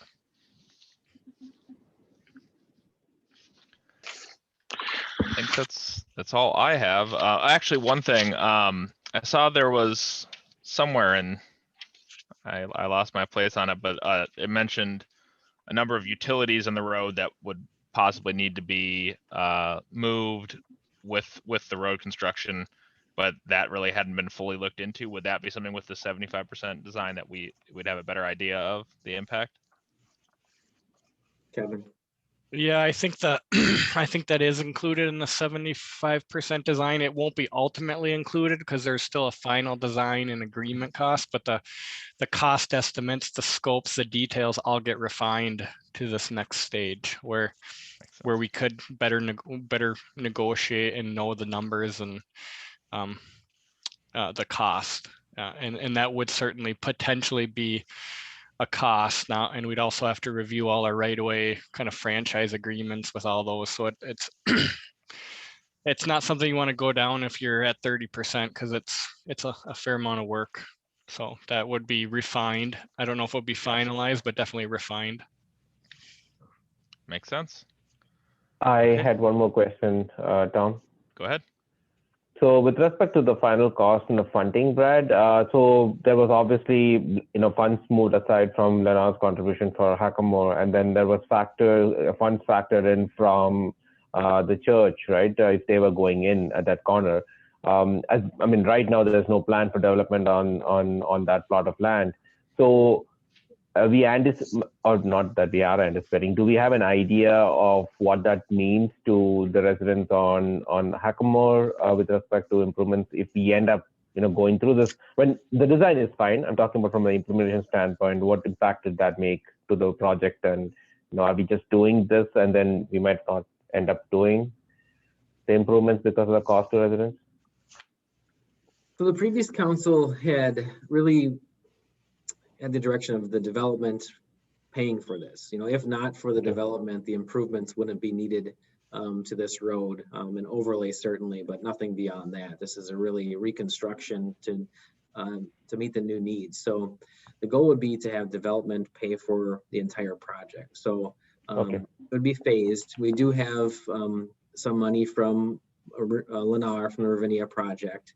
When the 40 acres on either end would come in, either on the 101 side or the 116 side, they would also have a pretty significant cash contribution because it's needed to serve those developments. So the ideal would be for essentially no assessments, and ideally for development to pay for the Corcoran share of the project. But ultimately, that's going to come in final design, and the council will have to make that decision once we know if or when there is a finance gap. But it'll be developed to be a phased approach where you wouldn't have the development coming in would then pay for it because the need would happen at that time. Got it. Perfect. Thank you. Thank you for asking the question, Manoj. Yeah, good question. Just one quick follow-up. The memo as written identifies the eastern half, i.e. the intersection at 101 and Hackamore as phase 1. That was primarily due to the potential development on that corner, i.e. the need. This next round might identify the 116 Hackamore intersection as the phase 1. So that's really kind of the impact or fallout, and that's to be determined, kind of following up off of that previous statements by everyone. Gotcha. Okay.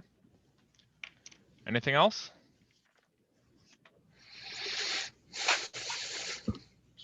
All right, then I will entertain a motion to direct staff to proceed with the previously approved project, authorize staff to apply for a local road improvement program fund solicitation, and authorize staff to draft a letter of support for the LRIP application.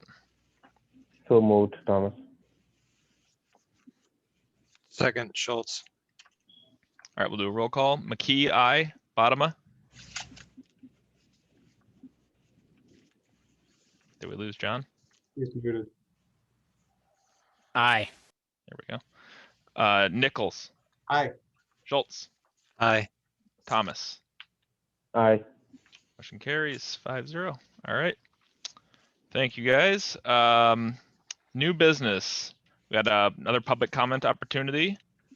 This will be for, let's see here, all of the topics here, the feasibility study for Corcoran Trail East and West Street improvements, finance staff planning, city council agenda format, and resolution 2021-12 supporting legislation authorizing street infrastructure development fees.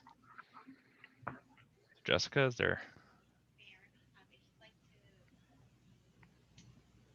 Jessica, you're on mute.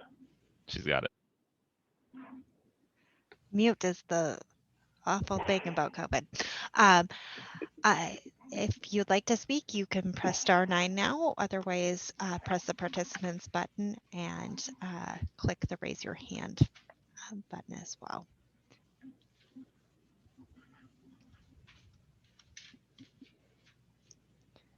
Mayor, at this time, no one is raising their hand.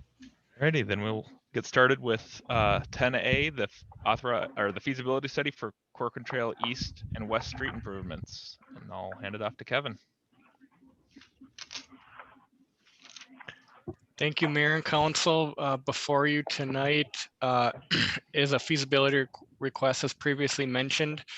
A little background on an annual basis, the City of Corcoran Public Works in engineering evaluate a neighborhood street project. And that evaluation, we identify kind of the worst of the neighborhood roads and what is the highest benefit. So this year for 2021, we have identified the Corcoran Trail East and West neighborhood where we'd like to invest in street improvements. So for those of you that may not be familiar, it is a neighborhood that is very unique. It is located west of City Park, the old Rockfield property, Rockford School District property that we bought. It is basically a horseshoe shape that has 2 access points off of County Road 50. And actually both of the roads, east and west, has several hundred feet of gravel surface before converting to a paved surface. That paved surface is in pretty poor shape and showing signs of failure. And one of the reasons for this request is the gravel portion of the road, and the other is that pavement may not be in good enough shape to actually just put a pavement overlay on it. If the road gets too deteriorated, you lose a lot of the value in just adding 2 inches of pavement over it. So it might need to be reconstructed in some cost-effective way. Next slide. This is a quick schematic of the neighborhood. It's a little hard to see, I apologize, but it gives you some context. There's 31 residential properties that access off of it. Recommended next step would be to evaluate the street improvements. Wang has provided an estimate for $12,000 for what we're calling the base bid. That includes field survey work and site investigation, report preparation and engineering, and the primary component is geotechnical subsurface data collection and analysis. This is a longer section of road that we saw over in the Appaloosa Woods neighborhood. And so that drives up that cost a little bit. And there's high groundwater in this area, so we just want to make sure we understand the design to be able to move forward with it. And an alternate component of the report that we are also presenting would be some additional stormwater modeling analysis. This area is prone to flooding. We frequently get complaints about flooding, and usually when we make a significant investment, we want to try to address any problems that are solvable. I want to caution everyone that sometimes we can't do anything differently, but we want to look at that and be able to answer that as, is there something we can do to benefit while we're there in a cost-effective way? So it may or may not be an outcome that we can say we did, but at least we can say that we looked at it. That's staff's position. And as a reminder, whenever we're considering assessments, a feasibility study is required. Next slide, please. Financing for this improvements, again, like the past project, would be likely through a combination of special assessments and local participation. The 2021 budget allocates $175,000 for asphalt maintenance projects. So we would imagine the majority of that be directed towards this project should it move forward. But we did want to note that just based off of staff projections, there could be a substantial gap between potential assessments and the cost of these improvements. And that depends on the outcome of the improvements, and that depends on different different scenarios. If the cost estimates vary when they get into the details, that could change. But we wanted to raise that to your attention, but we still recommend moving forward with that because this neighborhood will need an improvement project at some point, whether it's this year or next year, and any of the information we glean from this will be reusable to a pretty significant extent. So it just gives us options in planning. If this isn't the year for budget reasons or other scenarios, at least we can better plan to how to service this neighborhood in the future. Next slide. If council supports this request, staff will begin coordinating public engagement efforts with this neighborhood and collect feedback kind of in stream with the feasibility report. So we have not done that yet, and we will prioritize that should we move forward. And then we will be asking for a motion to approve Wing to complete the feasibility study, including the alternate in the amount of $17,000. And with that, I'd be happy to answer any more specific questions you may have. Perfect. Thanks, Kevin. I'll just start off by saying I think if we're going to go out there and do it, I agree that we should look at the stormwater issues, because I know firsthand from a couple residents out there that have brought that up to me that there is a water problem. So, for $5,000, if we're out there, I think it makes sense to see if there, like, I know you said there might not be anything we can do, but it's worth looking into because it sounds like it's something that has been and could continue to cause substantial problems for some people out there. So I'd be all in favor of doing that. And the rest of it makes sense to me as well. But I'll open it up to if anyone. Mr. Mayor, can I ask a question or two? Absolutely. One, I think the formula for assessing for street repair is 90% of 50% of the incremental value to the homeowner, which some would say that's 45, but it is actually 90% of 50%, I think. And then Was this the neighborhood that had a petition on not using the dust control? And has this neighborhood had a petition where they ask us to repave? Brad, do you know offhand? Not ringing a bell as far as dust control. I'll start with the first one. Our policy actually is 90% of the low end of the range. So if we say the range of benefit is $12,000 to $17,000, it's 90% of 12. Okay. So that's why I figured that out, 10,800 or whatever that is. But Okay. I can't recall this being petitioned. Kevin or Jessica, do you have any recollection of this one? I do not recall this. So, yeah, I'm not aware of anything in this neighborhood related to any petitions either way. so we, you know, for history's sake, paying for road improvements and road improvements often ends with people standing outside City Hall with shovels and axes and pitchforks wanting us to not improve their roads. And I don't think we've improved a single road in 4.5 years. Is there anything, Brad, or any of you guys, is there any inclination that this neighborhood is not going to be okay with the assessment and paying for portions of this road? And will we have, of the 31, 25 people that say, do not improve my road? Because if that's the case, I almost think it should be in, first we go and see, you know, what is the response here? Because this is not this road does not have, you know, we don't have to pave it. No one drives it, but those guys. And I'm not suggesting we don't. All I'm suggesting is, can we get a read on the neighborhood before we even do the feasibility study? I will say, I talked to several people out there in the fall. One of them did proactively bring up that they were disappointed with the character and state of their road and wanted to see it improve, both in terms of the gravel sections and repaving the damaged area. I didn't ask that specifically of everybody, but the only person who volunteered any information about it was in favor. Usually people balk at the assessment part rather than the wanting the pavement part. So, Tom? Yeah, go ahead.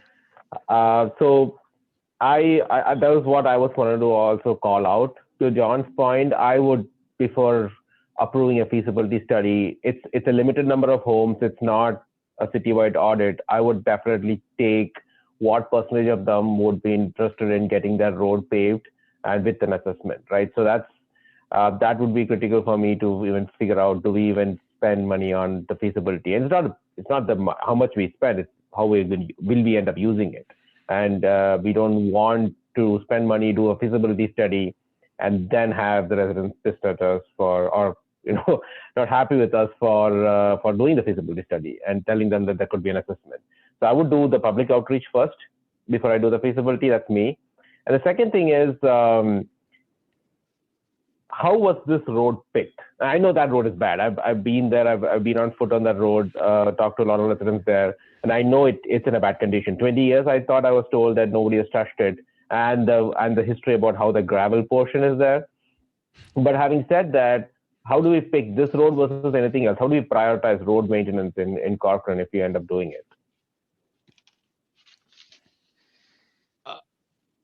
It essentially involves staff driving the roads in the summer and creating an assessment of the roads and compare to each other and identifying which one's in worse shape. That, that's our current approach. We like to,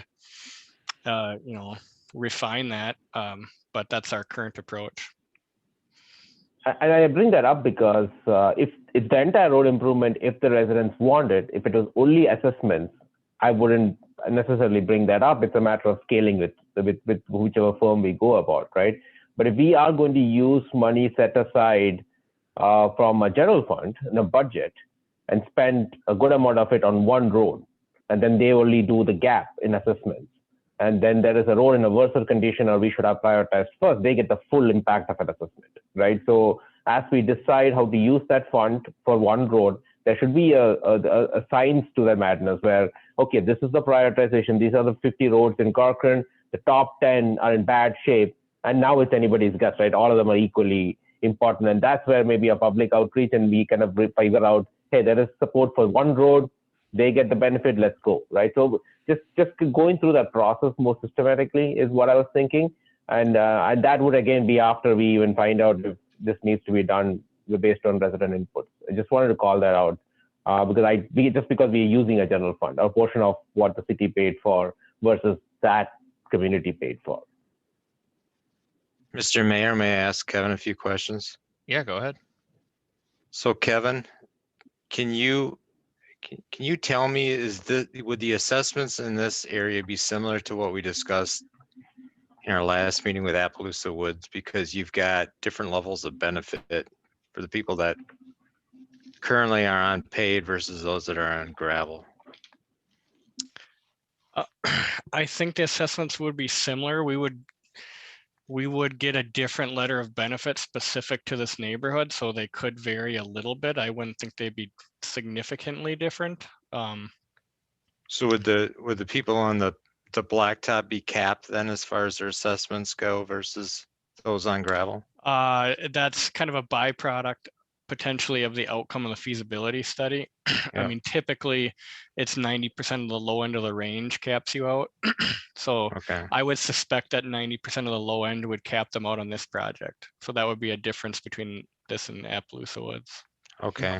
Kevin, I'll just add with that, there's direct benefit, those that access the new improvement, and then indirect access. So, which is typically a substantially less benefit. So those that are already on paved, that would have some small benefit from the front part of the development, south part being improved, there'd be some benefit to them, but not nearly as much as those directly accessing it. Okay. And then with regards to overlayment in itself, if you were to do overlayment in itself with this road, is this road still in the position where they would get the one overlayment, or are they past that and now we're be assessing for an overlayment anyway? And Kevin, I'll jump in on this one here. That's a great question that we would learn more through the feasibility study, but that's actually probably a policy consideration. So in the assessment policy, we have these group of roads that have kind of a get one overlay free. And if through the feasibility study, and we believe so, we can't do an overlay, it's actually more of a mill and overlay. That actually per policy falls in the category of, nope, that's a full assessment then for you as well. The portion that would be discussed, however, is the fact that, is it because of lack of maintenance that causes the overlay to not be possible? So if it's the city that didn't do adequate, for example, seal coating or whatnot, that caused this maybe to fall apart, that would be also kind of found throughout the feasibility study process. So what I envisioned was this feasibility study being kicked off, as we find information, then having that policy discussion. Okay, is this an overlay or is it a reconstruct? If it is a reconstruct, should there be for the policy of full assessment, or are there other factors that say treat this as an overlay because of X, Y, and Z? So that helps to provide some color there.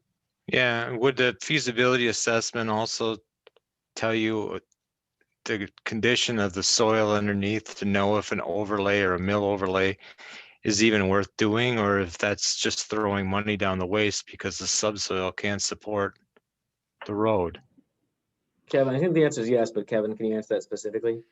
Yeah, the geotechnical helps, and then even evaluation of the condition of the pavement helps. So both of those assessments would give a, our engineers would make a recommendation on, is it warranted to, is it a wise investment to try to overlay that road? And that's part of the evaluation.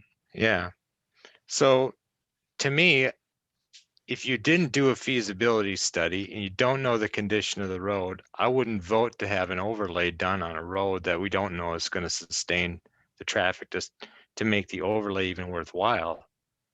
So to me, in the end, if you don't move forward with the feasibility, you don't know if you can even justify it. So you either let the road deteriorate to where it becomes the point where we just remove it and it's fully a gravel road, or you move forward with the feasibility so you know if it's worthwhile doing. I don't want to pour money down the drain here to find out that, you know, we should never have done it without stabilizing the soil. And to the point about getting neighborhood impact, I hate to have, I mean, this road is unique in that if you've got people at the end that are on gravel and people that are in the back that are on pavement, I'd hate to have it based that 4 people hold up this whole development in here because they don't see the benefit of going to blacktop because they're sitting at the end of the road. So I think you need to be a little careful in that and when just evaluating. I think the feasibility study is the right choice in the first step of this process. And then if you come to find out the assessments are blowing things out of the water, well, yeah, we're out $17,000, but we maybe out way more money if we turn around and put an overlay on something that can't support it. Kevin, I agree. sorry. Go ahead. Let me know. No, I agree with Alan. We shouldn't do any work without doing a feasibility study. I think my only point was to know if we at least have 50% of the residents. Now, 4 out of 30, that's I agree with you. We can't have a neighborhood held hostage by a few. But if the majority does not want assessments for the improvement of the road, then I'm pretty sure we can find other roads in Corcoran where we could, go and improve. To John's point, for 4.5 years, we've not improved any roads. Well, we either have to improve the road or we have to let it deteriorate to where it becomes all gravel, and then we just put gravel on top of it. We can't just let it stagnate. I guess. Agreed. All I'm saying is why wouldn't we ask the residents before we tell them an assessment is coming? Before we spend the money for the feasibility. We don't do any work. I'm not saying we do any work. So we authorize staff to go get the feedback that they're okay with assessments. Obviously, we don't know how much that is because we don't know what kind of work we're going to do on it. Then before we do any work, do the feasibility study, then go back in there and tell them this is what your assessments are going to be, and then go with the next steps on that. It's all I'm suggesting versus do the feasibility study. They don't like the assessment, and we can it anyway. Well, but you can't have a informed discussion with any of these people in this neighborhood without going down the feasibility study to know how much their assessment would be. Well, I guess what I was suggesting is sort of the last time we tried to pave a road, it was 26 people for paving the road 26 people against paving the road and 1 for paving the road. We put a ton of time and effort into feasibility studies and investigations. I hear what you're saying. At some point we need to make a decision at the council. We're going to do this. I just don't want to spend the next 6 months arguing with residents who don't want to have their home assessed, who don't care that they live on dirt. If it's 26-1 in this neighborhood, I doubt if it will be, but I also don't want to have a 6-month battle with a neighborhood that doesn't want their road paved. Tons of times we've run into neighborhoods that don't want their road paved. We have some neighborhoods that do. I'd be shocked if they didn't want their road paved, but I think we got to account for that. And I guess I would suggest then we just do 2. We break this into 2, and the first one will collect feedback, and the next one would be to do the feasibility study. And I'm totally okay with how the vote goes. And I think your suggestion is valid. I'm just wondering how we have a conversation with the neighborhood if we have no clue if we can't give them a hard number on what it's going to cost them. You know what I mean? It's pretty easy to figure out a range, isn't it? Yeah, but we have to be able to substantiate that range. At least with the study, we'll have an idea. We'll have a more exact number to give somebody. Then it's going to cost you somewhere between $6,000 and $10,000. Well, $17K is like a quarter of a cop, or name your a beginner crop, name your thing. So like, it's real money. Oh yeah, I agree. Mr. Mayor and Council, I guess if the council really feels that community buy-in is going to drive the answer of this question and moving forward, yes or no, then I think some initial community engagement might make sense. We can go off of previous stuff and say, you know, for Appaloosa Woods, for example, we did that. We said previous projects were about this, so your assessment's probably around X. And then we added on a lot of what we didn't know, and we had a pretty decent conversation about it. I think it'd be extremely more helpful with the feasibility study, but if the vote of the future will be based upon 50% support, then we should know that now, because if we have this meeting and have 25% people support and the rest not, and that's your bellwether of whether you want to move forward or not, then that's that. Whether that otherwise, this is a road that must be improved because it needs an improvement. Then I'd say do the feasibility study and have a really good meeting with lots of information, or you do both essentially. But if the community input is good, if you're going to vote based upon number of residents who want the project, then I would say yes, do the advanced work with the community. I would Then draw how- a distinction in this case between this neighborhood that has a paved road and earlier experiences where you're paving a road that historically has not been paved.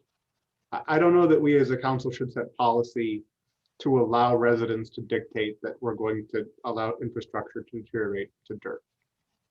That seems like, if we're going to have that approach, we need to talk about that in some detail as a policy, and put that down as something that we intentionally are going to have as our guiding approach to this kind of situation.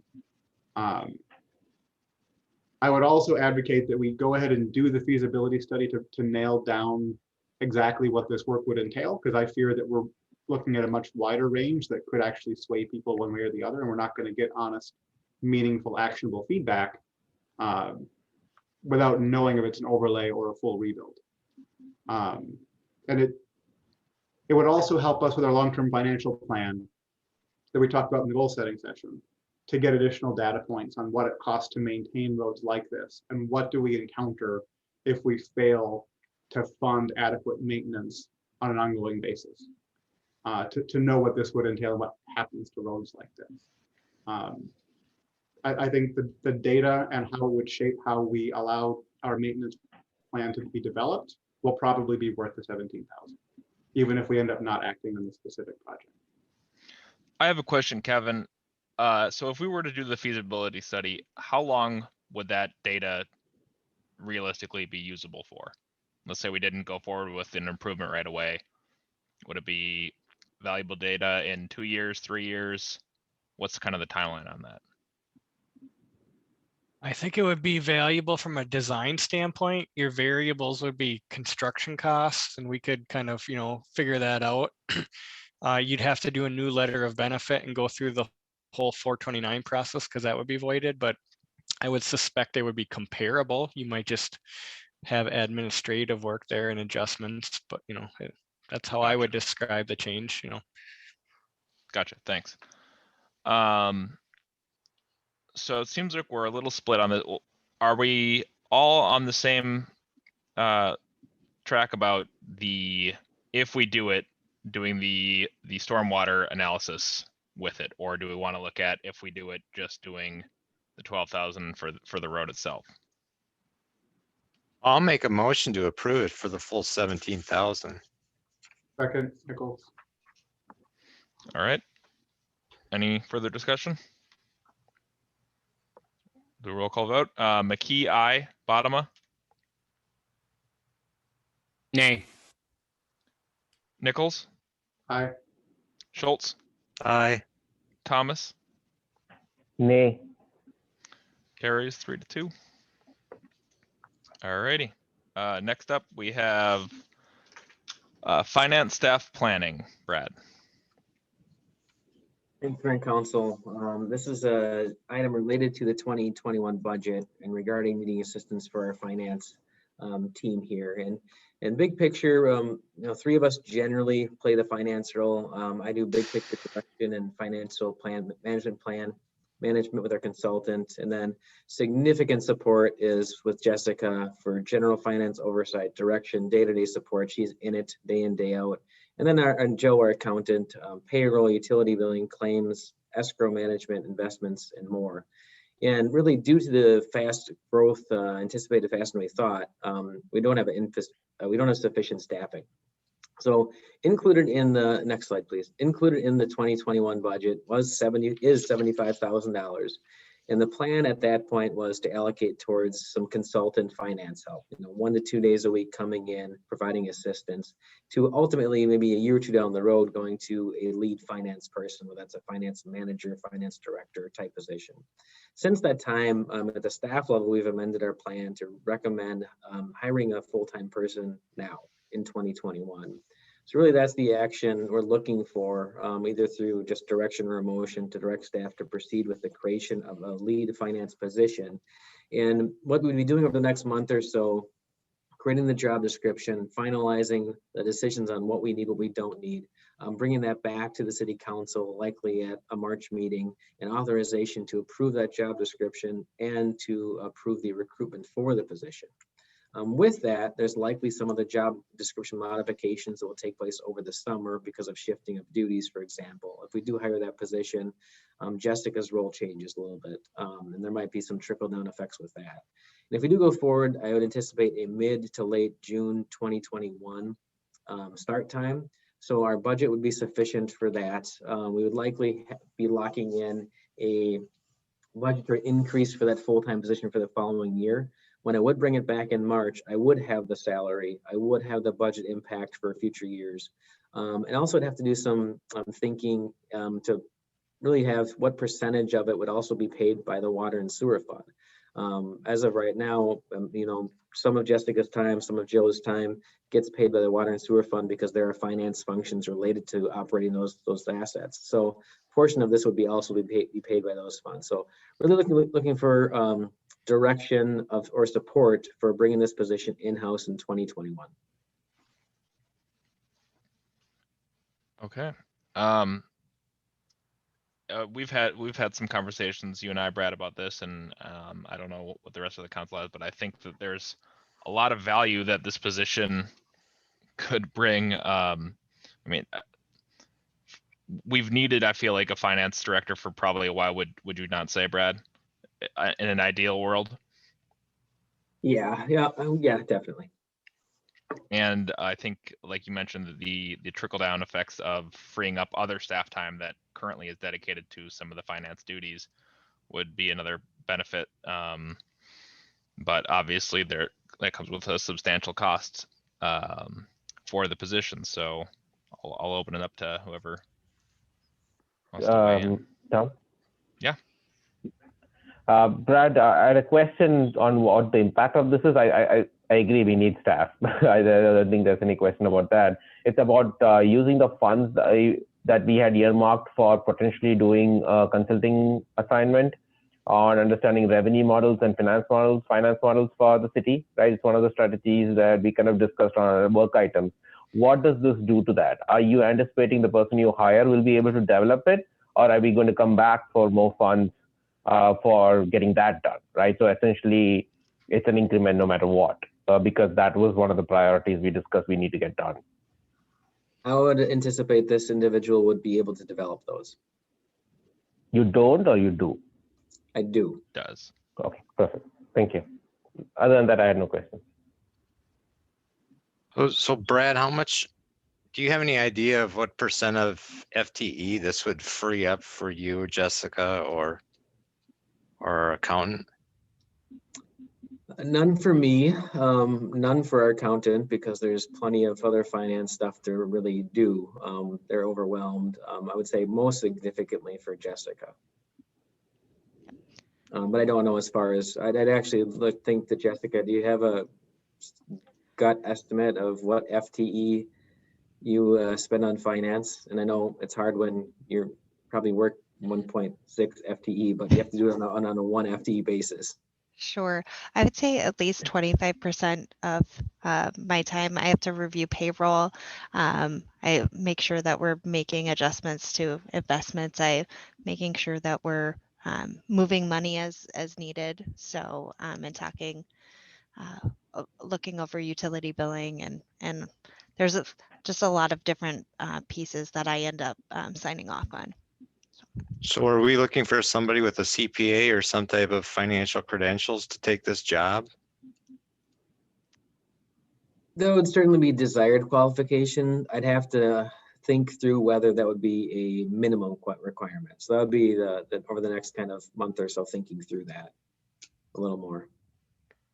Okay, I mean, I'm fine with, I'd like to get some more information on it, so I'm fine moving forward at this point, but it'll be dependent, I think, on what you guys come up with and job descriptions and all that.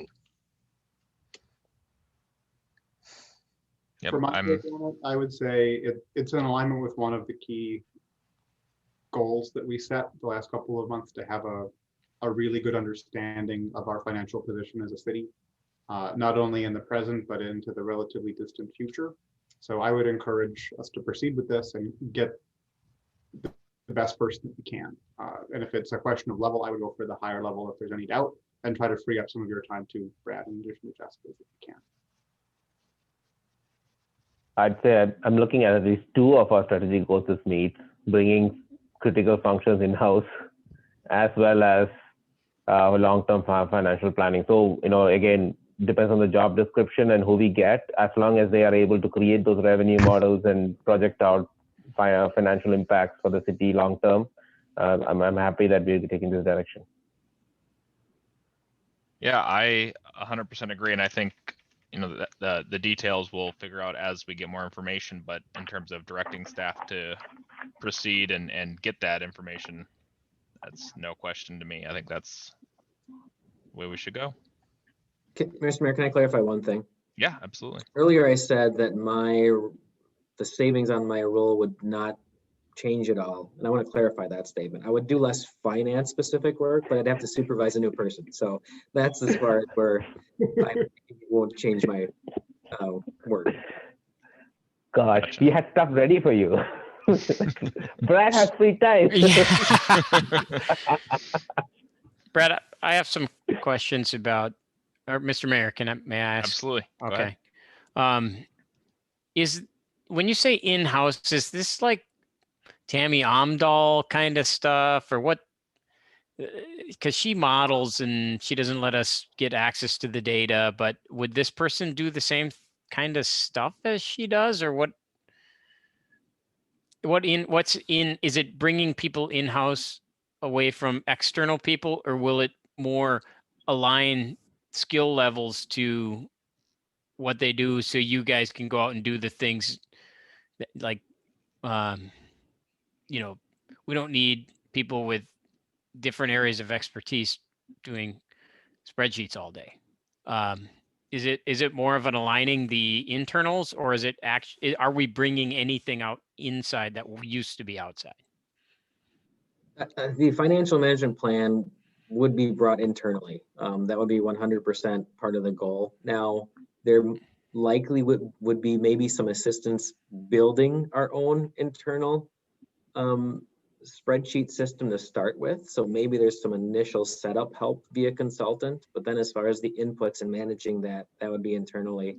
We would likely still use Northland or somebody for bond issuances. That's pretty Somebody specific. has to do that, yeah. Yeah, but as far as the finance management plan and, maybe building up, a capital improvement plan on one thing at a time, that would be what this person could do. One thing that has happened in the job market in the cities is that there's sort of a bifurcation in demand, and demand for that kind of position is high. And I would love it if you found somebody at 75K. So I would say that. I would also ask the council, a lot of you talk, and I have too, about bringing people in and having us do work that external people historically have done. Does this fit your desire? I don't think it's feasible to have you know, 3 or 4 people brought in from the outside and in a year, because I mean, Brad can't offload and manage 4 different people starting. So like, it's an internal question for the council to consider. Is this the first step in bringing expertise in-house that historically we have used outside resources? And it's an honest question, and I'm totally open. And then hiring this person is right in my wheelhouse. So I look forward to seeing who we come up with.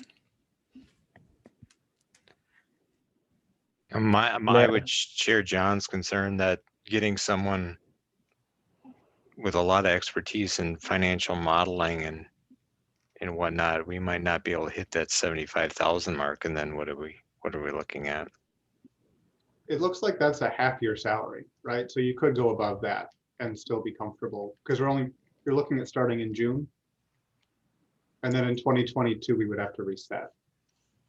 So Mayor and Council, yeah, that's the money that we have allocated in the budget. So there's no financial impact, but the salary would be determined by the duties of the job description, experience required.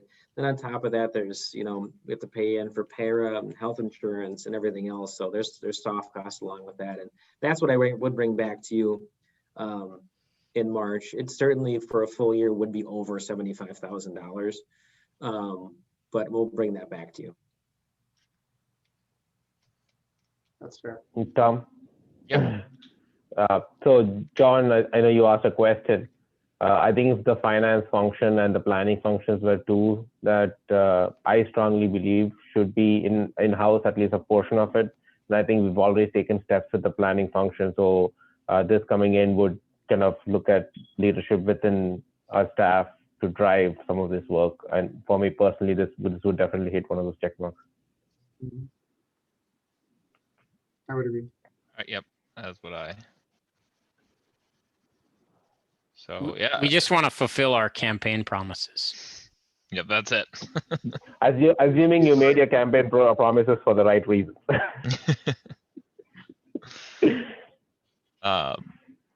So Brad, you just need direction for this.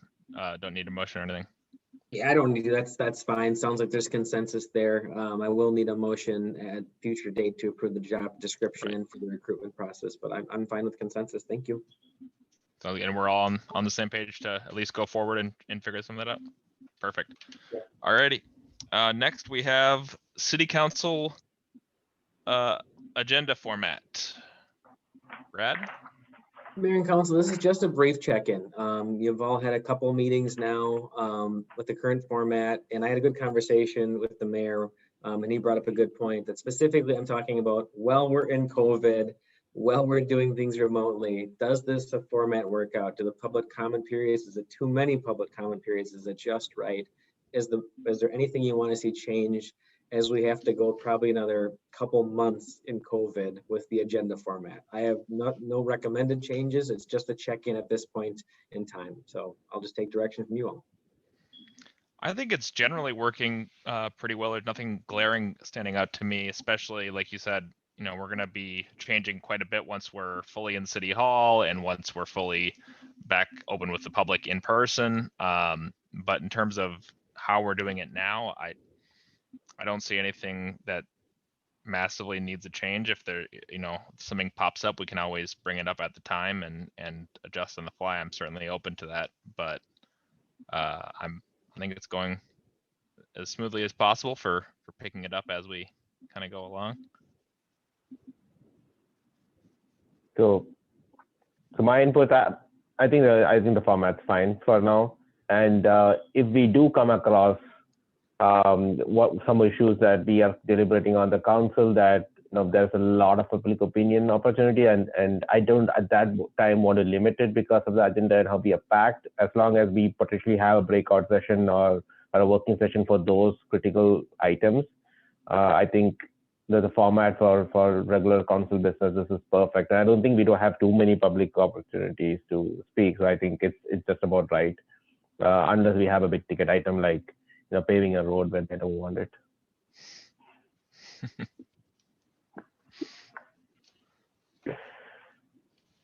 And for anyone that's watching too, if you have any suggestions or thoughts, feel free to reach out to any of us. And like I said, we're more than happy to hear new ideas and adjust things as we go. So I'm sorry, I think I cut someone off though. Like, Alan, were you about to speak?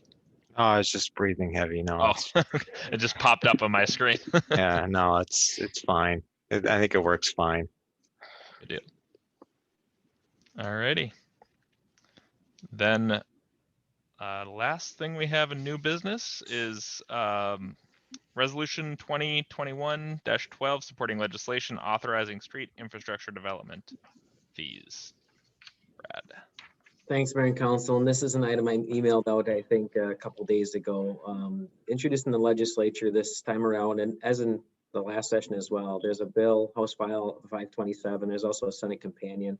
It would authorize street improvement districts, essentially street improvement fees. And right now, cities have authority to do these types of fees for parks, for water, and for sewer. And what they are is you put together big plans, comprehensive plans on the needs of those items, the needs of parks, the needs of water, the needs of sewer. You price them out, and then you have to have essential nexus. So you have the price of the improvements divided by, for parks, it's people. So for different types of residential product, it's X dollars per home. For water and sewer, it's that TLAC we talked about at the work session. So it's cost of the trunk system divided by acre. And they're fair and nexus tied fees for development to pay its own fair way. We do not have that tool for streets, and we've been advocating that for some time. And so right now when development comes in, we do a feasibility study, and they have to pay for the improvements that need to take place. So a good example is Tavera that just came through last year. We did the feasibility study. There's significant improvements that need to happen on Hackamore Road to serve them. However, it's going to benefit other property that comes in. But since they're the group that comes in first and it's needed for them, they end up upfronting all those costs for transportation. And there's a nexus there too. We tie it to them, but we can't spread it across. Whereas if we had a street improvement district, they would come in and say, okay, you're this many acres or this many units, here's your fee. And then other developments that come in would also support that. For some reason, the development community is just up in arms against this, even though it's the fairest of the ways to attach fees to development as it comes in. So long story there, but essentially looking for an authorization of this resolution supporting the legislation that I can then send to our legislators to get them to hopefully support it as well. So happy to answer any questions you have. Brad, does this open it up for smaller developers to have a more viable chance to do development in a city like Corcoran where there would be a lot of infrastructure needs? Pausing on that, I'd say yes. Yes is the short answer. The benefit of this is when a 10 or 12 home development comes in, they likely might not trigger some of these significant improvements, and we get $0 from them maybe. Whereas then they get benefit, but the project still has to happen sometime in the future, but maybe don't trigger it. Now they might be able to come in and have maybe a small incremental fee towards that as a fair way versus over the taxes over time. So it's kind of a roundabout way to answer that question. Okay, but we're not seeing that scale of development currently, right? It seems like it's mostly the larger players who are putting in significant roads and sewer and so on. Correct. At this point, yes. So, Brad, a quick question. I'm going by the assumption that the development is the only one. Developers are the only ones who end up paying for this, no matter which way it shakes out, right? Versus the first one paying for everything versus you're splitting that up. How does that work? Where like let's take Tavera for example, Lennar comes in and we know all the improvement that needs to be made, and they're paying for it, right? Versus now you're like they only pay for the portion. So, and if somebody else is not following them, what happens to the gap? Are we waiting then for the next one developer to come through to give you that fund? Like, how does that work? I'm trying to see the mechanics. Yeah, so potentially the downside of something like this is, say that there's $2 million of improvements needed to support this area of the community, and Tavera brings in 1.5 because that's their fair share of this. So there's essentially a $500,000 gap for the time being, right? So in that case, it'd be a city fund that we'd have to kind of work through. Are we doing that improvement now? Or are we waiting to do the improvements until we get the extra $500,000 coming in? So until we get kind of sufficient funds to work with, that is a little bit of something we'd have to work through. This legislation also is not mandatory. This would allow cities to choose to implement a street improvement district if they so wish. So we still could maybe sit on this and maybe not choose to do this for another year or two. It's just another tool in the toolbox. Got it. Got it. So we don't have to deploy this now. We're just saying, hey, you have our support for now. We'll decide if it's right for us later, right? We just not. So that's what we're doing here. Great. And then if we decide to implement that, you can't be selective after that, right? Once that's in, then anything you do, it is a fair share game. There's nobody, like you can't say Lennar in one portion of town, hey, you're paying for everything versus somewhere else you're trying to divide it by in multiple developers. Okay. Yeah, and we might even choose maybe to start with one district. Maybe it makes sense in Northeast, we choose to try a district and see how it works in that area there. So there's different ways to approach it. Okay. Yeah, I think the fact that we have the choice, if this were to pass down the line, makes it a no-brainer to me that I personally support it, and I think it gives us another potential tool to use. So I have mixed feelings about it, but to your point, choices for future, it's not mandated. So I'm good. I'm good with it. More options are always a good. Yes, always more options. Right. Anything else? Otherwise, I will make a motion to approve resolution 2021-12 supporting legislation authorizing street infrastructure development fees. Second, Nichols. Roll call vote. McKee, aye. Bottoма? Aye. Nichols? Aye. Schultz? Aye. Thomas? Aye. Motion carries 5-0. All righty. Wrapping up, we just have staff reports, pandemic response update. Matt or Brad, either one of you. Thank you, Mr. Mayor. I'll try and be brief this time around. We're up to cumulatively in the state about 470,000 cases of COVID, 24 fatalities. But the good news is we're on the dramatic downside of it, of the last large spike. And we know that the testing sites are starting to get much more functional, move a lot quicker with a lot faster turnaround. And we're also seeing a lot of vaccinations. So cumulative in our statistics now, we also get updates on the cumulative number of vaccinations, which I see at over 770,000 now, which is more than our cumulative cases that we've had of COVID. So that's a good sign. It still doesn't touch the 5.6 million people we have in the state, but at least it tells me that we're heading in the right direction, and we're, in the short term, we're not facing a major spike currently. We're still encouraging people to follow all the precautions that we can to stay heading in the right direction. As a city, we're continuing to move forward with our pandemic status quo, I guess you'd say. As things have been, we're following our plans, which is still modified operations to kind of accommodate all of the best practices. And obviously, it's still challenging with the remodel, as many of you have seen and as you've kind of come through. But we're making the best of it, and so far, no major staffing implications. For sure on the public safety end of it, and I think across the city as well. So Brad or Jess, if you have anything to add. I'll just add, and this is really through Jessica, as far as city hours, we're continuing forward with our 8 to 4 Monday through Friday. The furniture was installed in phase 1 of the remodel this week. So now we have cubes and actually more separation and more space for people to be in, separated a couple of cubes apart even. So we're actually able to have more staff at City Hall in a safe manner, which I personally think is wonderful as far as our ability to work together and provide the best customer service possible. That's still going to continue. There'll be times when people are remote. Jess has a very thoughtful plan in place, but we're doing the best we can at month, whatever it is. So Jess, do you have anything to add? Mayor, may I ask a question? Of course. So a question on COVID numbers. Are those just based on an initial positive test? Do they, if there's a retest and shows a false positive, does that get pulled down? Do they get modified, So my sources for the data that I share with you is two different places. I get numbers from Hennepin County and I get numbers from the state of Minnesota updates, and I kind of verify them across with each other. But I believe their data comes from MDH, and I am not sure on the intricacies of their data collection and verification. Okay. And then my other question, when you touched on public safety not being affected, would you be able to give us an update on the staffing issue of public safety as far as new hires, how that process is going? Yeah, we're scoring the applications, and then once we get them scored, we hope to be getting our interviews scheduled here within the next week.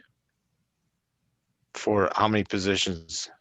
So we have the 2 officers that left under for medical reasons, and then we have the backfill of the sergeant promotions. So that leaves 3 open police officer positions. We do have 1 officer working short-term full-time, so that's not a permanent appointment. But I would believe that he's probably going to apply, for the full-time position. It would probably be in that process. So how many people are we down? From a year ago at this time, we're short 1 patrol officer because we've backfilled one of the medical people missing with the short-term full-time, and then we still have the backfill of the promotion. So 3 people is what we would be looking for to get to full staff. If you have enough qualified candidates, that's the big if. What's the time frame? Bring them in front of council for approval and hiring? As soon as we can, but I can't predict how long the background is going to take. So we have the background, the psychological. So typically our process involves, we have the applications, we're scoring them. We'll get the first round of interviews. We'll have a second round of interviews. At that point, we would do the background. We'd background the top tier of candidates and then make conditional offers to the top 3 preferred candidates, who would then undergo psychological and physical examinations and then begin their field training process. So it's a little bit early for me to be able to say exactly when that would be. We're moving as quickly as we can, but obviously, as we've talked about, we're pulled in a lot of directions right now, and we're just trying to bring together as much time as we can and dedicate it to it, because it's definitely a significant area of need for us. Yeah, I'm just trying to get a sense of what, if everything goes well, how long it would be. So how long, can you just give me a typical time frame on field training, roughly? Sure. So if a candidate has no previous police officer experience, the standard is 16 weeks plus or minus for the field training program. And it's not anything negative, but sometimes they may go 18 or 20 weeks, or they may go 15 weeks. Yeah. If they're more experienced, that can be shortened up, but that's really going to depend on where they're adapting from and what their performance level is as it relates to our standards and our expectations. Okay, thank you. Good luck to you. Thank you. Mr. Mayor, may I ask Matt a question? Of course. Matt, are you eyeing one of these 3 new hires have you asked a question about canine? We are right now, we only have the applications in, so we have not asked a question about canine to the people in this current process. Is it going to be part of the filter? Like, we're not going to hire 3 people that don't want to be canine officers, are we? Well, I think the first thing that we look at is, character, and making sure that we get the best people we can and that are going to be the best. Obviously there's a large focus on character and who we're getting. I believe, generally speaking, we can train people to be good cops. And the combination of what makes a good canine officer is there's elements of experience, there's elements of aptitude, there's disposition, and their passion for it. So yep. Do you ask those people about their disposition, their aptitude, their desire, those kind of things? It's not in our hiring process right now. It's certainly, it's something we can consider. It's also, we may have existing staff that might be interested as well. I think the hope was, we're obviously trying to solidify plans for the canine program right now, and we're trying to, and I think we've made progress on that, and I'll try and give the council an update once we have those plans in place. But certainly, if that's feedback from the council, we kind of have missed the boat on being able to advertise for a canine officer. I could tell you, if we put out a job posting, say we were hiring for a canine officer, we would get a lot of people.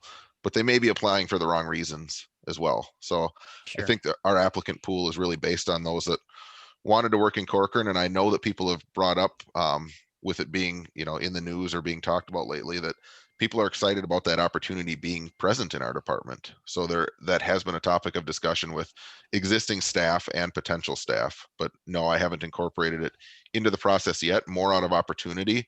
And I guess I'd have to put more thought into if we incorporate a question or two in the process to evaluate that interest as well. I think that's an interesting thought. I think Brad- John's just suggesting, do you like cats or dogs? Yeah. Brad told me that before the meeting, if we hired a finance guy, that he would be the new canine officer. There you go. Perfect. That solves a lot of our problems.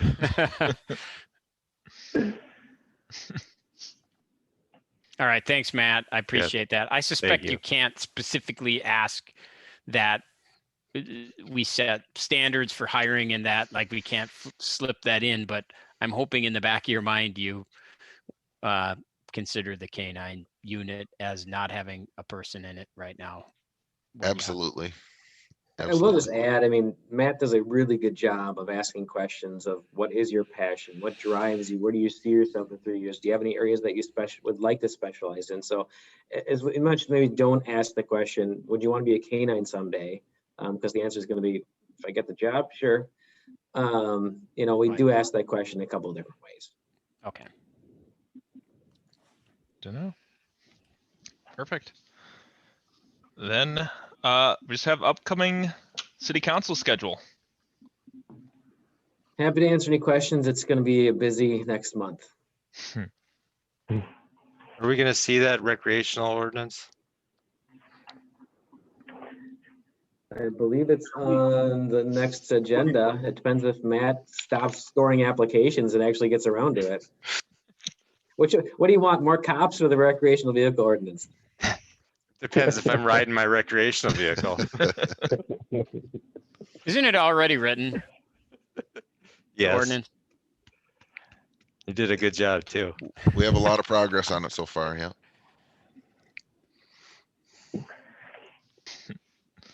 But yeah, that'll be a good one. And there's a lot on the upcoming schedule. These next at least 2 meetings, and I'm sure it's not going to lighten up after that. But We could speed things up a lot if we didn't have to do fire planning too. yeah, if we just knock off half the stuff on the agenda, it's really wide open. Alrighty, guys. Well, thank you all for a great meeting. And anyone want to make a motion to adjourn? Nope. Okay, I'll make. Nobody wants to leave. Nobody wants to leave. I'll make a motion to I'll adjourn. second that. Roll Second call. that. McKee, aye. Bottom. Aye. Sorry. Nichols, Aye. Schultz, Aye. Thomas. Aye. Good meeting, guys. Thank you. Thanks, guys. Good night. And Jeff. Thanks, guys. Thanks, everyone.